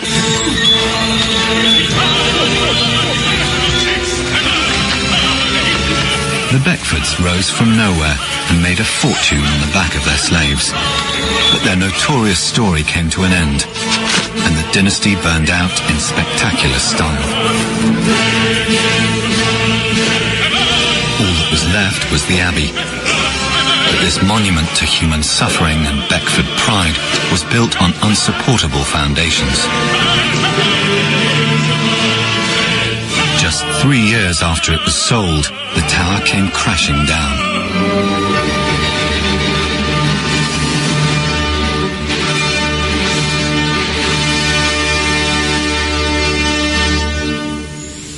The tower falling was an unfortunate accident, but it purged me of Fonthill Abbey. I had been living with a sword of Damocles over my head. And I'm philosophical enough not to cry over something which was, after all, just a plaything. Fonthill's plaything cost £20 million at today's prices. It's been estimated that more than 3,000 slaves were worked to death to pay for its construction.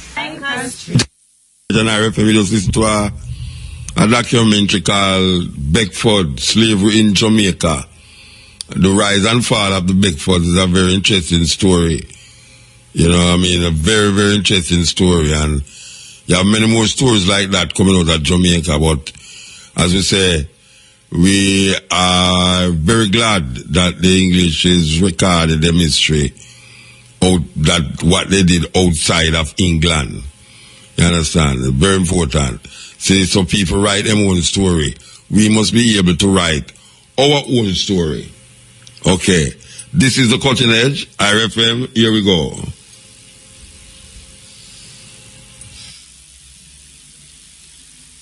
Me come to tell a message and me want to know for listener. Every other day another Jew fi gone a prisoner, and every single day another life missing. Man a molest baby before the baby even christener.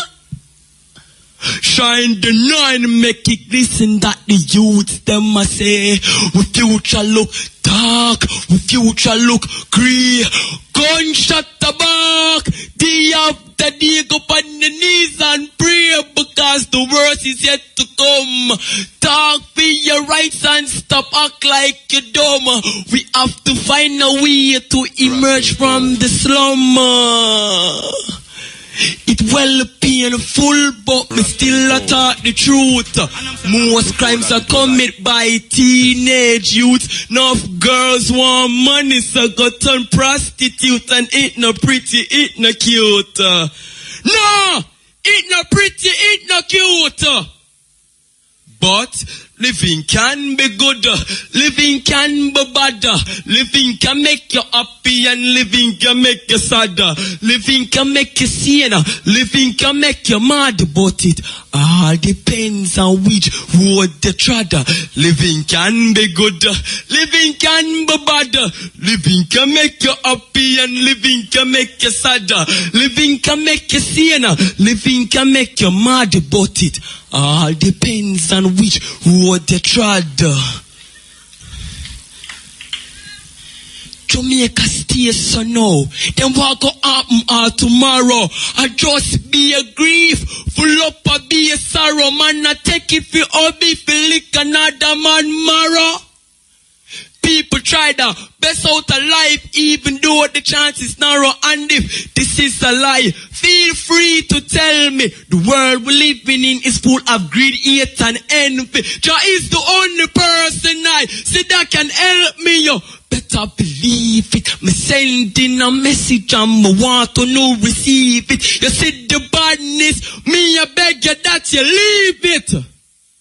But living can be good, living can be bad, living can make you happy and living can make you sad, living can make you sane, living can make you mad, but it all depends on which road you tread. Living can be good, living can be bad, living can make you happy and living can make you sad, living can make you sane, living can make you mad, but it all depends on which road they trod. Hold on.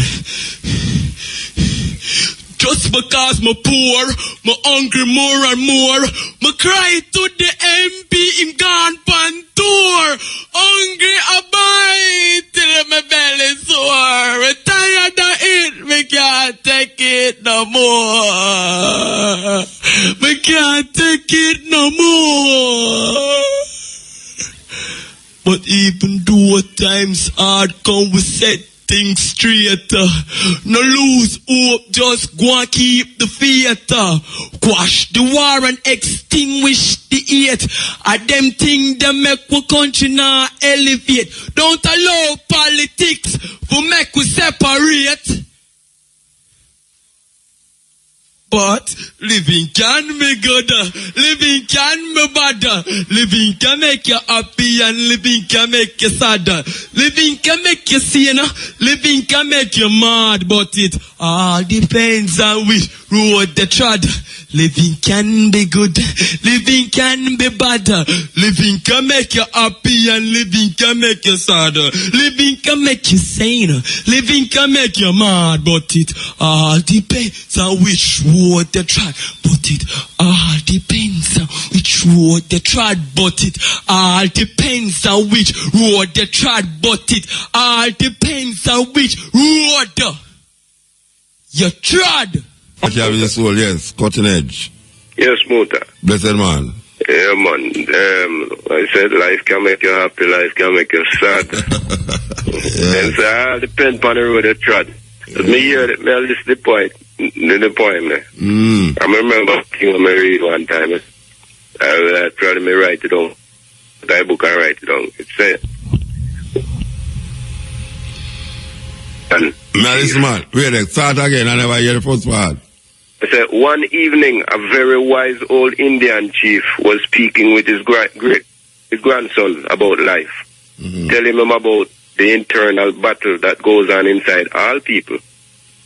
He said, my son, inside all of us, there exists a constant battle between two wolves.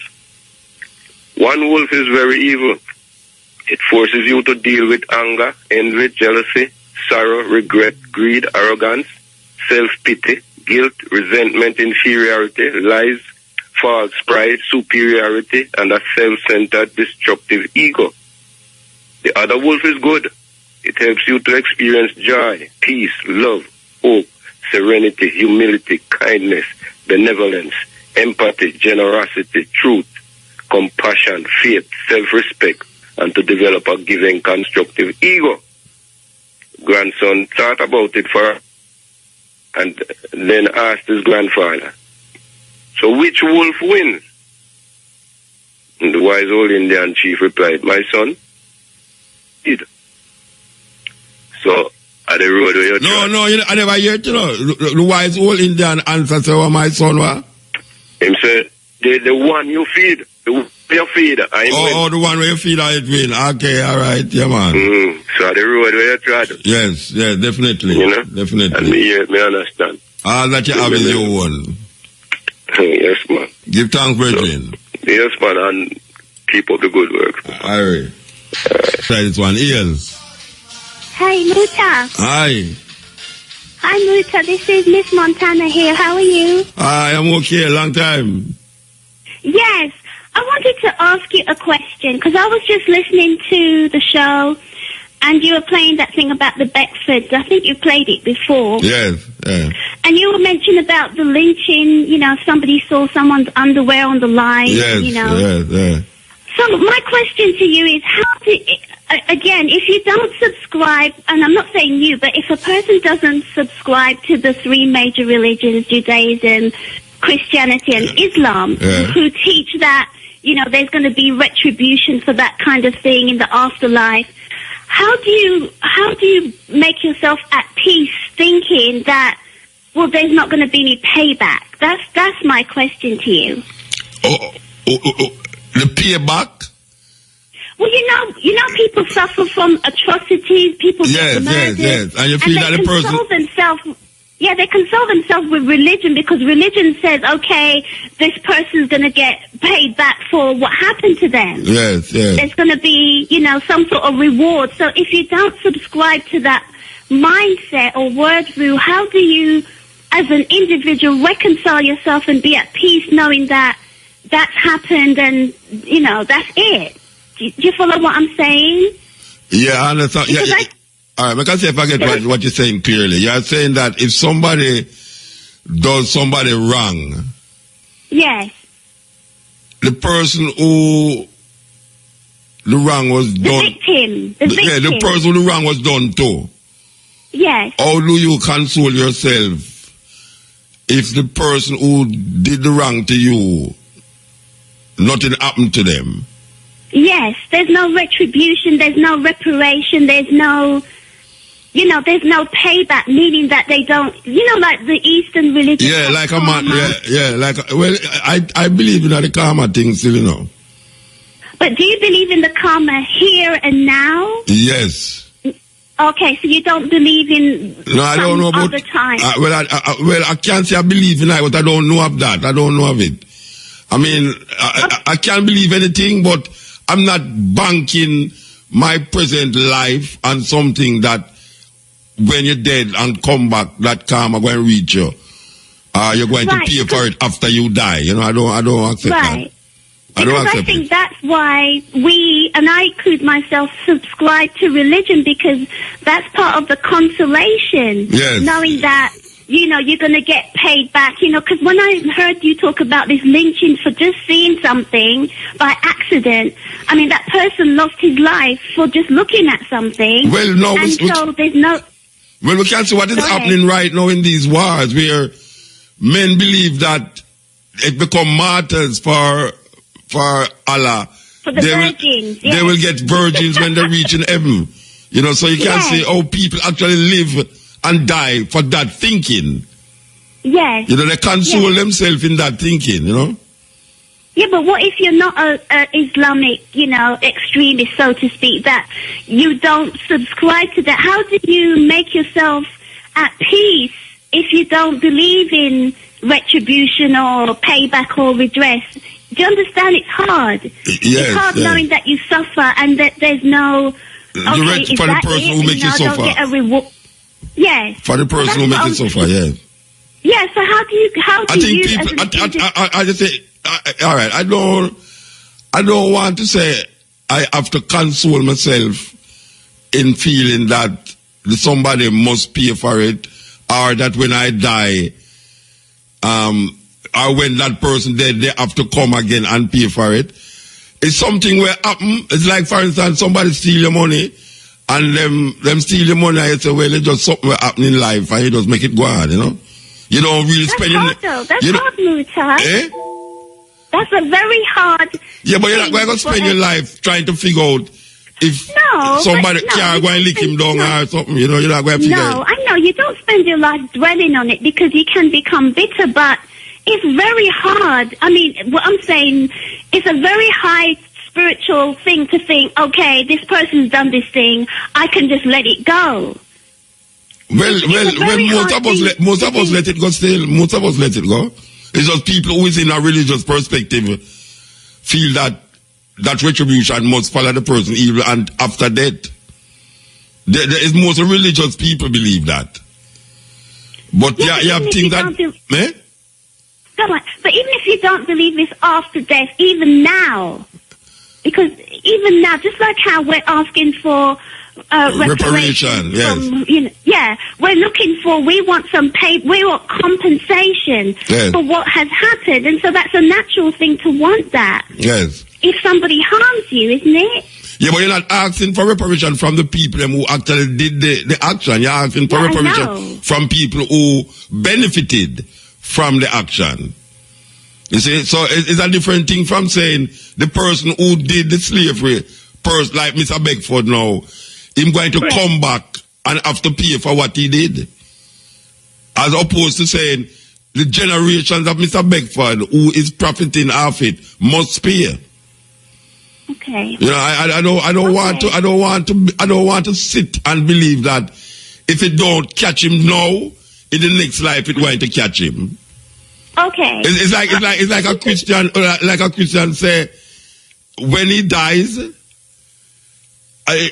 all the bad that he does, if he just turn himself onto the Jesus Christ, things will change in the next life. So he will get his reward in the next life. Right. That is a good hope. You are hoping that is good. But I don't know if it get anywhere. You know, I don't know if it get anywhere more than console you. It's like, all right, somebody die and you cry for that somebody, but somebody who is dead has been relieved of suffering and pain. It is the living that is in the problem with the person who died, not the person who died itself. You understand? It's a tough thing. It's something. Of course, it's tough. It's tough. Of course, it's tough. It's tough. Okay. That is why people turn to religion. Yes, religion. Yes. Yeah, because religion kind of give you sometimes a sense of hope. Most of the time, a false sense of hope. Right. Most of the time. So hope. The Bible says faith is the substance of things hoped for and the evidence of things not seen. So people hold on that. Yes. Until they die. Mm-hmm. Yeah, you know, so, you know, you have to find something in this life will give you strength even at the weirdest corner, at the weirdest situation. You have to find something in this life. Okay. Yes. Okay. I'm glad to hear from you again, though. Yes, I appreciate your show, and I'm on YouTube, and I'm spreading the word about Muta Baruka. So you're on YouTube? Great work, you're on YouTube? Well, you know, they have different shows, and, you know, they have these black consciousness movements, and I talk about Muta Baruka. You need to listen to him because blah, blah, you know. So. Yes. That's nice. All right, Muta. That's nice. Take care. Okay. Bye. All right. Bye. Oh, gosh, man, that little sister there.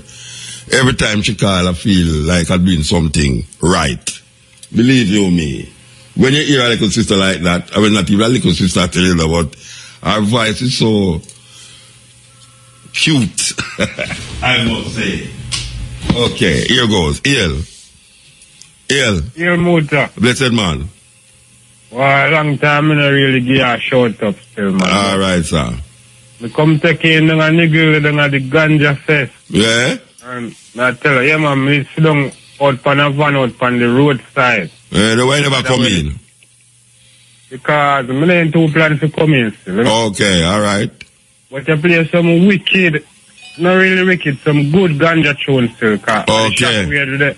Right on the roadside over there, and I tell you. Yes, yeah. You hear them from out there. You hear them from the shockwave outside there.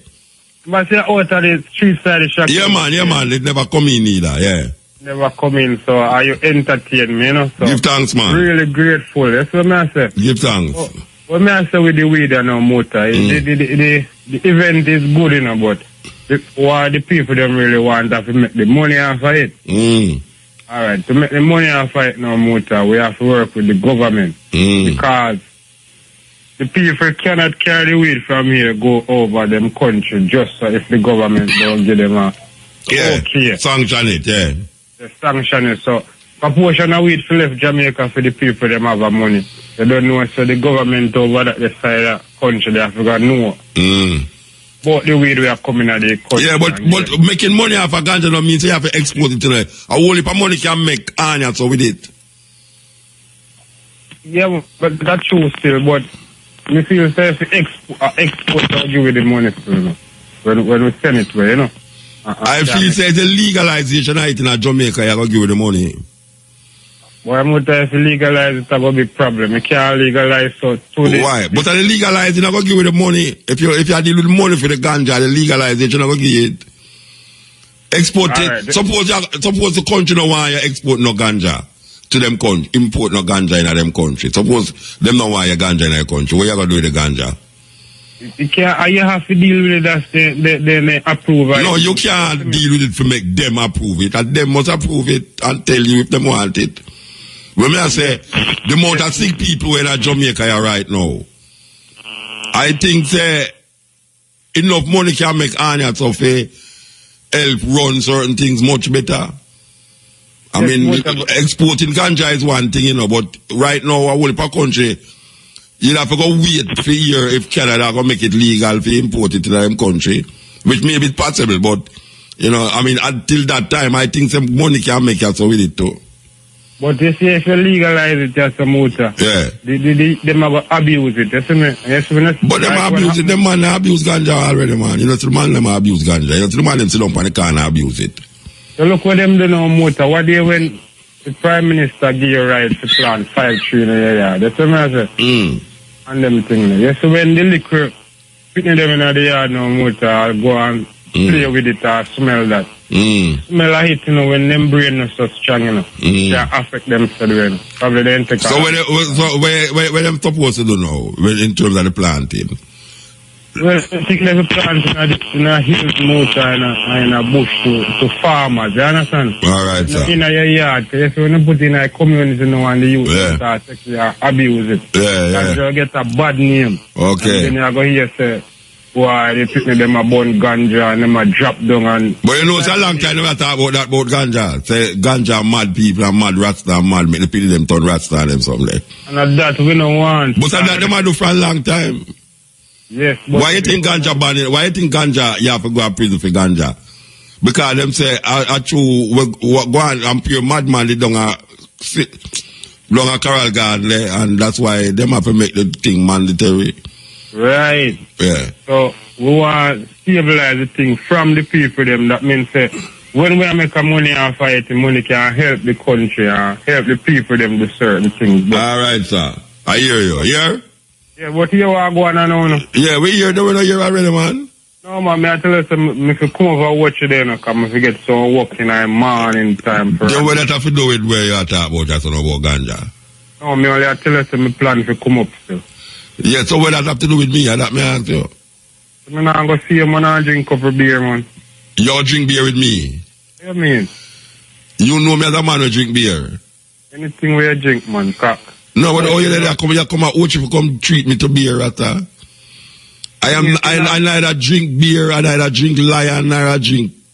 So I'm going to buy for you put food on my wedding when you come then? No, no buy nothing for food on for me, man. How you say, man? You not come on my wedding then? Me don't know. Who you married to? Lisa Hanna, man. You married to Lisa Hanna? Well, me not come then. Me not come. Because me did one time when you say you're going to marry her. Me not want to come. I go jealous. All right, sir. Me go jealous, Virgin. Me gone. Here, sir? All right. Yes. Jimmy Cliff. Yes, smoother. Blessed man. The Virgin doesn't know, say, when you talk about the youth, them are going to smell it, like smell the ganja. I guess it means smell the peppermint, smell and everything. That can't do them nothing. If you not burn the ganja, the THC not release. But I don't know why them have said these things. I don't know why them have said these things, Virgin. Believe me. I don't know how smelling a ganja go get you mad. You know, I don't know. Why them have said this thing? And I guess you might want them to realize that I know go for smoke, ganja can make money. You have clothes can make, you have paper can make, you have all kind of things. Look money can make by ganja, even if you don't export it. Yeah. Even if you don't export ganja, money right at all, you can make enough money on it so to change around the economy. Right at all.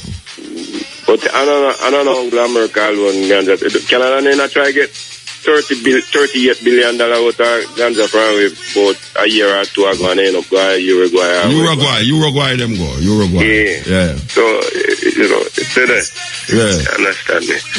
And Jamaica not always find a way to get you. But I don't know why, even the brother they know, even when they attack like him attack for ganja, why would I want to say, the people them are going to smell it and get away. You know what I mean? Like me say it like say him I want them got the misconception. Well himself stand up outside and never come in at something, so true. Alright, sir.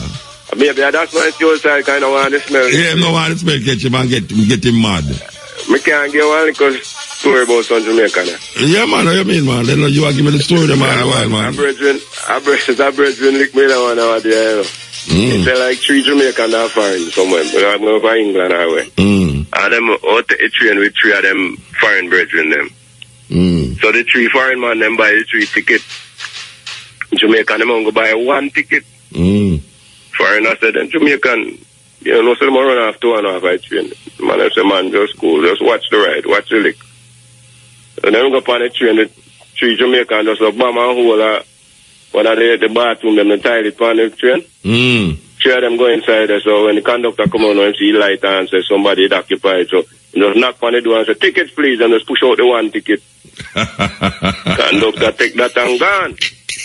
So when them don't know and conductor gone next car, them just come out and go hold a seat, hold them 3 seats and sit down. So finally them say, what? So when then upon the return journey, finally them say, oh, we have to do a thing like this Jamaica and them, so them go to bop and buy 1 ticket for 3 of them. 3 Jamaican no buy no ticket. Finally them say, then Jamaican do well and get run off a train. Say, just watch the ride, man, you know, that's not watch me. And go upon the train, the 3 finally them go hold. Below where you go come with it. 3 finally them hold a toilet. Well, Jamaican just go down and knock on the door and say, ticket please, and then push out the ticket, Jamaican just take you on the train and go over the next time. Look at that jack over it now. We do that jack over it now. My brother must me up now. No, we do that jack over it, so Jamaican take the ticket and go over there. That for the rat. But that's what Jamaica, we think up, well, I don't know. So we must survive. Yeah, man, of course. That's what I say. I have a whole heap more joke with them thing there about Jamaica and Englishman, but I don't talk about them joke upon the radio. Yeah, anyway, give thanks. You know, sometimes I just have you the anecdote and to say alive. Yeah, give thanks. All right, Jimmy. Yeah, Jimmy Cliff out at Summertown, man. May I tell you why you look all the people in Summertown while it's the Jimmy Cliff right now upon the cutting edge. Yes. Summertown man, Jimmy Cliff. Okay, here we go, you know. Here we go. You know, someone want to play some merengue tune. I can take a card. Yes, Iel Musa. Blessed man. Oh, cutting edge. So, yeah, but that's a car for bonus tomorrow fire still in a motor car. Might make it burn me, might make it burn me, Richard. I don't know. Yeah, because I have enough water in here and rain and fall like, wow. Okay. Oh, for real? Yeah, I car from Texas. Okay. You know? Burn the anyway, fire. me hear you talk about the sugar thing. Yeah. You know what I mean? Yeah. And, you know, more talk about this type of sugar what them have is a thing what them use in the diet coke and them type of thing there. People might think it helps them lose weight, but the Splendor kind of thing. It's really not. Come again? It's a kind of Splendor kind of thing them put in the coke them. Yeah, the Splendor, yeah. But here you mentioned the Splendor, and the main ingredient in the Splendor now is one thing what them call aspartame. I don't know how to pronounce it. Aspartame or aspartame. I don't know exactly how to pronounce it, but that's the main ingredient. But what it is a thing where it's fool your body now into storing fat. It's what I say, and that causes diabetes. Yeah. Right? Not only that, it can cause cancer as well. Yes. It's what I say. And how they make it now is a GMO food. I don't know if you know what GMO means, genetically modified organism. You know what I mean? So you ask me, if you don't know if you know what GMO mean. You know, so I should have locked you up for ask me that. Yeah. You should have locked you up, you know, Bridget. No, I should have come at Texas, come lock you up, you know. Yeah. My fault, Muta, my fault. Yeah. Right? But what I say is, you know, for those who don't know that. Yeah. But what they do is a bacteria named E. coli, them engineered at the lab so that it defecates. Yes. Right? Yes. So the feces from the bacteria then use it to make the aspartame. Aspartame, whatever it means. Right? So, you know, for the people who love buy the diet drinks them and use the Splendor and them thing there, it's no good. Right? I think Jamaica should have known that. Yeah. You know what I mean? Of course. So, you know, so tell me something now. You're not Texas, they don't use none of that. No, I don't drink diet, I don't drink light, I don't drink nothing like that. I don't use none of them low fat, none of them things. You ever go in at one of them McDonald's fast food restaurants and you hear a person say, sell me a Whopper, the double burger them, and then them say, sell me a Diet Coke. It's a joke. You know, after you don't eat the Whopper, like them want a Whopper. You know, the McDonald's Whopper, them, the double burger them, and then them want a Diet Coke. Them don't want to drink the normal Coke. Them want the one with Diet Coke. You know what I say? All right. Contradictions in contradictions. Yeah. For real. Another thing, since I mentioned on the GMO thing, you know, I kind of have a concern about Jamaica State, where, you know, because, you know, from my understanding of things, it's like, because of the whole IMF thing. Mm-hmm. From my understanding, because we under the IMF thing, it's like we know have a import food that we already produce. Yeah. It's what I say. And may I get to overstand now, say corn is one of them. So this GMO corn in Jamaica now, as far as what me know. Right? Mm. And I kinda not too happy about that, because I feel like say eventually it's going to take over the market and people are going to stop grow the corn I usually know about, because when I was a little youth, my grandmother usually greater like the dry corn thing and make her own a corn meal, and the sweet corn it can't make that. No, it can't make it at all. It can't be greater good. Yeah, exactly. You see what I say? Yeah. So it's a concern. It's a personal concern to me, because you know, I don't really want for the GMO thing take over. But you know, but you know that don't take over America already. You know, the GMO can't don't take over America already. Yes, it take over America. Jamaica, me I worry about. Yeah, but them import it down here. Wait there, them import it down here, you know. Them import the American corn down here. American corn, American soya, American wheat. Them three things, like soya, corn, and wheat, is the main GMO product, them. And all of them there long here. From America. All of them there. And to be honest, most of me eat that, you know. Yeah. Me eat that. Me not believe so we for even have them things in our body, you know. Well, me 9-10 it, you think I'm going to eat, you eat it, me eat 9-10 it.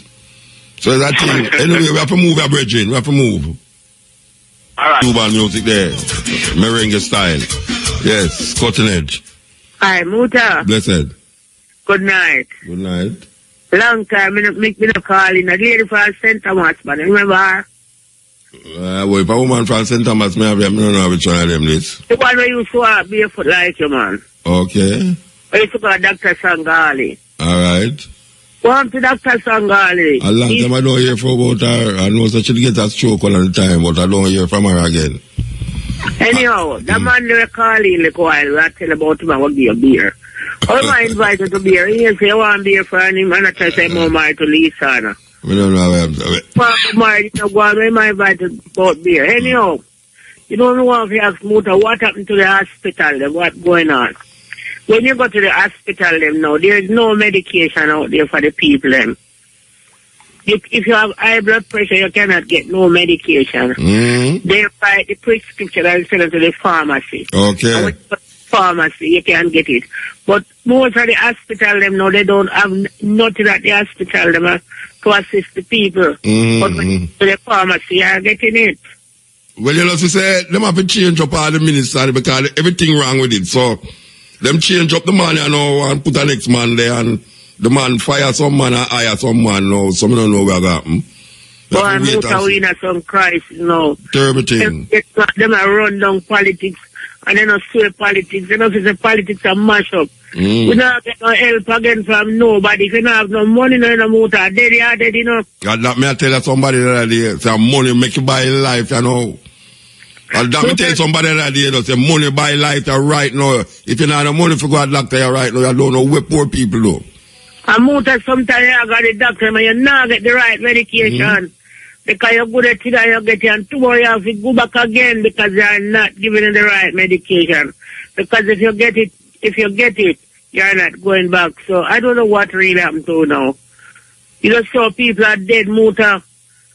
Sickness take over the whole wide world now. So most people don't have any love again, no matter where you are, the motor. We listen every night on Cutting Edge, you know. Sometimes I have to laugh. Because some people don't know where they are calling at the game. I that me I say. You know, I like to have credit for years. I that me I say too.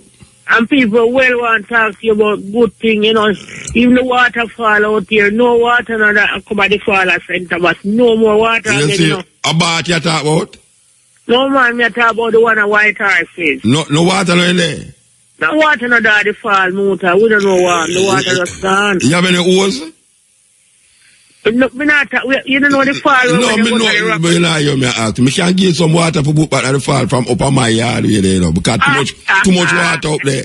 Too much water up there, Miss Mama.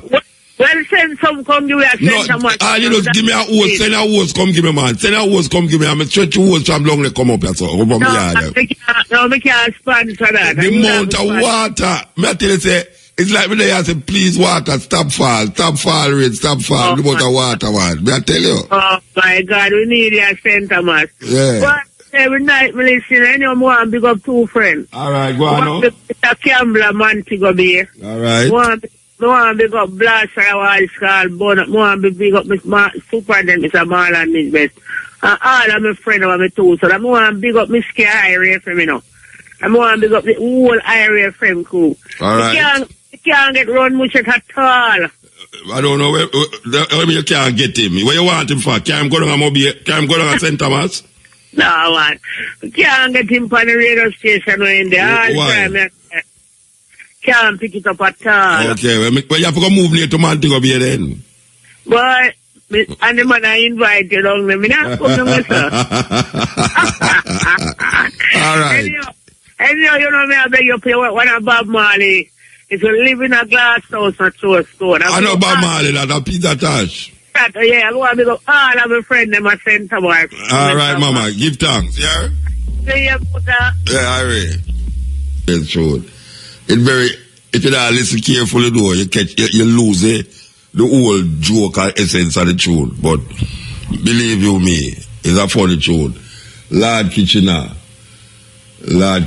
All right, you know, say, we want to give thanks for me hungry. You know, so we always mention me hungry. Because me hungry is the one who make we all hungry. It's funny. It's a paradox. Me hungry is the one who don't make me hungry. Me hungry, they are marketplace. One side up on Red Hills Road and the other side up on Carlton Spring Road. So why yell up all the one them in me hungry. One side up on Red Hills Road and the other side up on Carlton Spring Road. So why yell up all the one them in me hungry who make sure say motor is well up with the raw RA food. The raw food. Yeah, so I heal up me hungry for that. We want to heal up Tony. Tony left me long time. Long time she gone. And we want to heal up Motor Baruka as the engineer. Aye, sir. Believe you be. You know, so we are continue. Here goes. Willie Lynch philosophy still exists amongst African people. Still exists. So you know what we have to know. Me chicks in the house. We give thanks in the moment. You know, so we're going to forward there 2 to 5 part. And no matter of fact, we are come back at 6 o'clock. At 6 o'clock, they tell me to come back here. The people are not easy. I don't have to pay for them things there. So we can't go home neither. No, watch out. I will left you now. No, but you are left your 6, but you're not left your 6. No. Because you don't have to do that, so you're not type. But me now, I have to go wake up back, to come back as a 6. No, that is a tough like right. Hey, and then I have to go do a program 2 o'clock. I terrible thing that, you know. Mind sharp, when we get calls, we don't do it this. I know what hurt me about it. Me always I come early, you know. And then when me come, and me one day, you know. Yes. And me one day, and then I give you nothing. You say if me come here tomorrow, when they tell me if you come, I may not see nobody else, so. You know, we have to go tell them. Hey. Hungry. We are sent for the food clear a town. I make them pay for that. Express. So, yes, because they can't come wake up me after me done the program till 2 o'clock. Come tell me if you come back at 6, and when me come at 6, I'll 8, 9, 10 o'clock. Yeah, I get no food. Them not ready. No, it's not none of them joke there. Alright, so me I want, the problem is that them asleep. But me